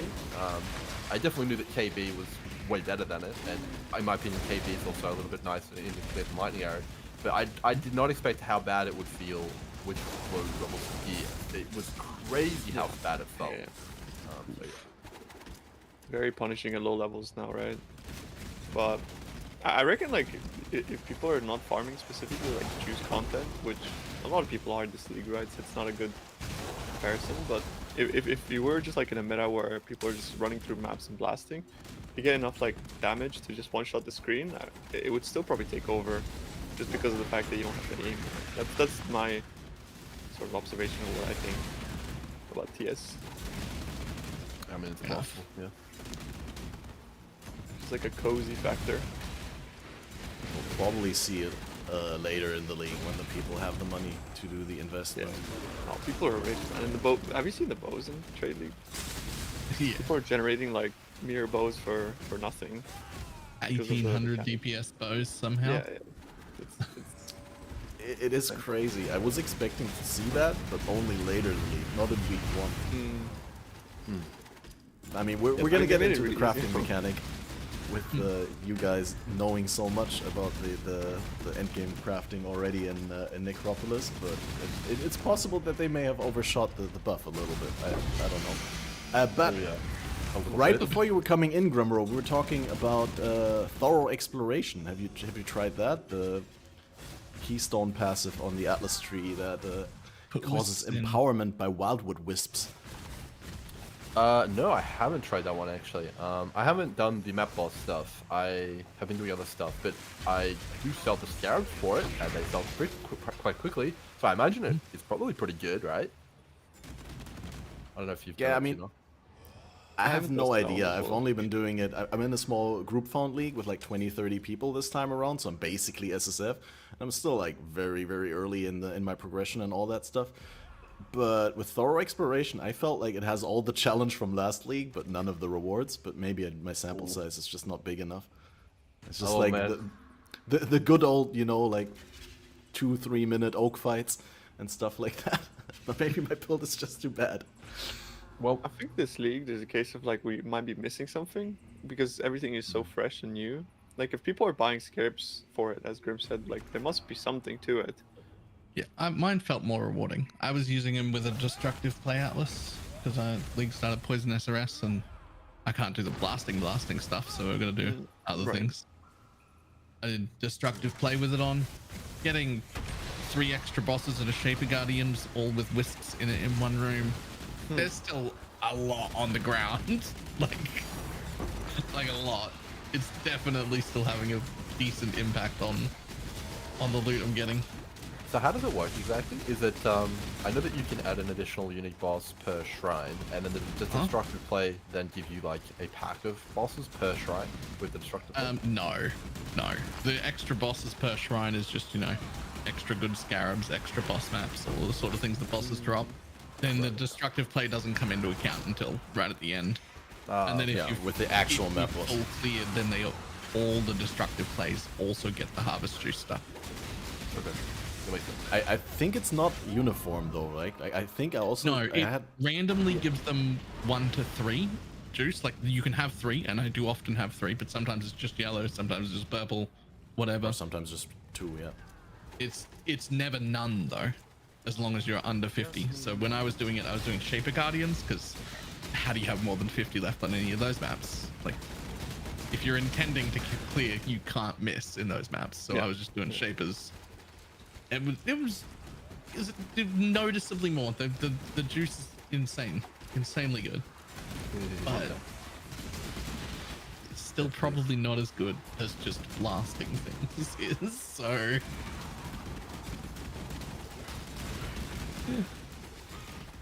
right. One thing I definitely need to talk about before we go into the nitty-gritty of the endgame juicing and the grave crafting and all that stuff is there was this 20-hour window after a patch where people spammed maps in the hideout to abuse the system and fish for approximately 1 in 100 devoted mod that give you a small chance for divine drops. And a relatively small set of players from the overall player base managed to get extremely rich because they had access to a large amount of maps to do exactly this strat. What are your thoughts on that? Like, I don't want to put any words into your mouth, but I've heard from some people in my community that they find it really demotivating how that was handled, that it was rolled back so quickly, and not everyone had the chance to farm out these divines.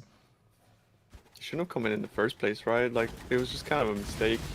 And I think in general, like GG, this is like the one thing I think I can really fault them on for this league, because even on like day one, that was like one of the first things that I thought, like, wouldn't you just be able to cycle maps in and choose your buffs and go, right? Like, it was just kind of obvious to me that abuse cases would arise. So it was one of those things where like, they kind of messed up on that, and then the buff was just a little bit like I was fine with the buff and happy, right? Like I didn't particularly spam maps myself. I just ran maps and happened to luck upon one. But yeah, I think it does suck for people who got left out. But the thing about this league is it seems like there's so much unknowns that there's a lot of FOMO going on, and there's new strats and all that kind of stuff. So it's easy to be like upset about certain things, but at the end of the day, I know it sounds like a little bit like, oh, but just like try to focus on like one strat and one thing you enjoy and just blast that, and you'll get rich eventually, because there's a lot of really valuable and like good stuff that you can farm at any point in time. But I think it does suck on, you know, it was like a mistake by GG for sure, and I still think that like they might or should do something about the fact that people are able to see the buffs without having to actually either go in the map or clear anything at all. Honestly, I was super surprised by this, and until yesterday I went to Reddit for the first time. I even talked to my chat about this, and like I thought the entire time it would work the same in acts as it does in maps, where the chance of devoted mods spawning in your next zone is based on how many monsters with the haunted modifiers you beat in the previous zone. And I was 100% convinced until I read otherwise that it would work in maps like that. But apparently in maps it doesn't matter at all what you did in your previous map. It's just random per map. Yeah, what was that? About? Random. It's just random, but I would like it to. I would like it to have some sort of. You entered the map and did stuff. Not like 100% clear. Probably not even like 50%. There's plenty of strats that are just, you know, go in, kill a few things, and then leave. But I would like it if you like had to engage. You couldn't just fish. Agreed. You got any thoughts on that, Grimroll? Yeah, I mean, I have a lot of thoughts on that. So I didn't really get in on the Divine Gravy train myself. I was kind of lined up when I was asleep, and also when I initially saw it, like I think Tuna put out a video. I saw it on my feed. I was like, ah, okay, you know, how broken could that really be? You know, I didn't think it was going to be too crazy. I think he got like 20 divines in the video or something like that. I was like, ah, okay, yeah, probably like, is it really worth doing that or something like that? And when I woke up after it had been fixed, you know, a lot of my friends were telling me wild stories, like, you know, like you could get 60 to 80 divines per map. People